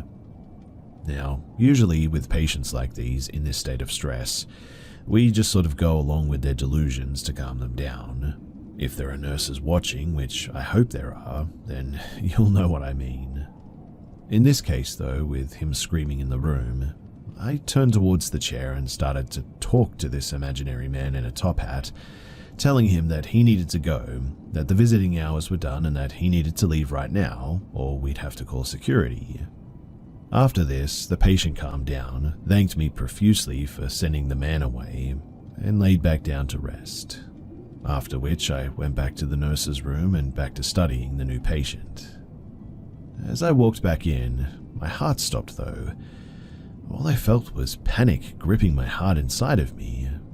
As I stood there not knowing what to do and looking at the surveillance cameras, there was a big shadow standing right in the middle of the frame of the camera recording the end of the corridor, right in front of the bedroom that I had just been in. I took one step back and leaned backward to check if I could see anything there, but there was nothing. I gave the cameras another quick glance and the shadow was still there, standing terrifyingly still in front of this patient's bedroom door. This time though, when I turned to look directly at the corridor again, this thing was there. For a moment, it felt like everything froze in place and I just stood there looking at it like a fool. Then slowly, it turned towards me, a pair of strange dark red eyes showing, It stood like that for a bit, screeched at me, and flew into the patient's bedroom, slamming the door behind it. My auxiliary nurse jumped awake at the slam of the door and started frantically asking me what was going on. I was out of breath by now. I told her what I had just seen and what had just happened, and she didn't believe me. I asked her to come with me to the patient's bedroom. She agreed, starting to become curious. We walked slowly through the corridor, passing every door carefully. I was afraid that anything would come flying at us at this point. When we got to the bedroom this thing flew into, I pushed the door without going in to check for any kind of danger and immediately felt a breath of freezing air hit my face. The aircon was on in every room and set to 23 degrees, so this was not normal. Nothing came flying at us like I was afraid would happen, but there, right by the patient's bed, there was this shadow. I could tell that it was a man, tall and strong with a top hat over his head. I asked my auxiliary nurse if she could see him, not expecting a no. However, that's exactly what I got. She couldn't see anything standing there, and definitely not as clear as I could. Slowly, the shadow turned towards me again. This time it didn't scream. This time it slowly dissipated. Immediately I calmed down. Not only could I not see it anymore, I couldn't feel it either. This sense of calm came over me, and the patient seemed okay, so in the end we left the room and went back to the nurse's room. My colleague went back to sleep, but I didn't rest until I checked the rest of the unit to make sure that everyone was safe. After that, I couldn't help but stare at the cameras every minute for the rest of the night. Eventually our shift was over and would become the shift with the most intense experience that I had ever had.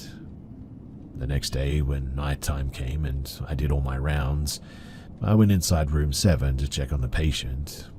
When I came closer, I realized that he had passed away. This was my first experience with the Shadow Man and the Top Hat, but it certainly was not the last, and it is still ongoing. I'm the only one who can see him apparently from around the unit, which freaks everyone out. Every single time that I see him, it's under the same circumstances as well. I walk into a patient's room, and there's this shadow at the feet of their bed. I wait for a little bit, until he turns to me and then dissipates, and 1 or 2 days later, the patient always passes away. This is a real story, and it's something that I have to live with almost every day now. I'm not sure if this thing is killing people or announcing their deaths, but if you're a nurse in a similar unit or know someone who is, please share this with them and comment what you know about it. I need to know what this is, how to deal with it, and if anybody else has experienced the same as me, even if it's a different looking thing or entity or whatever. I can keep you updated on here too, if people are engaging and want to know more, that is. Do let me know if you guys want to hear more, and I'll make sure to bring any more future experiences to you. But if you're dealing with something like this yourself, then please know that you are not the only one. Maybe this will help you feel less afraid.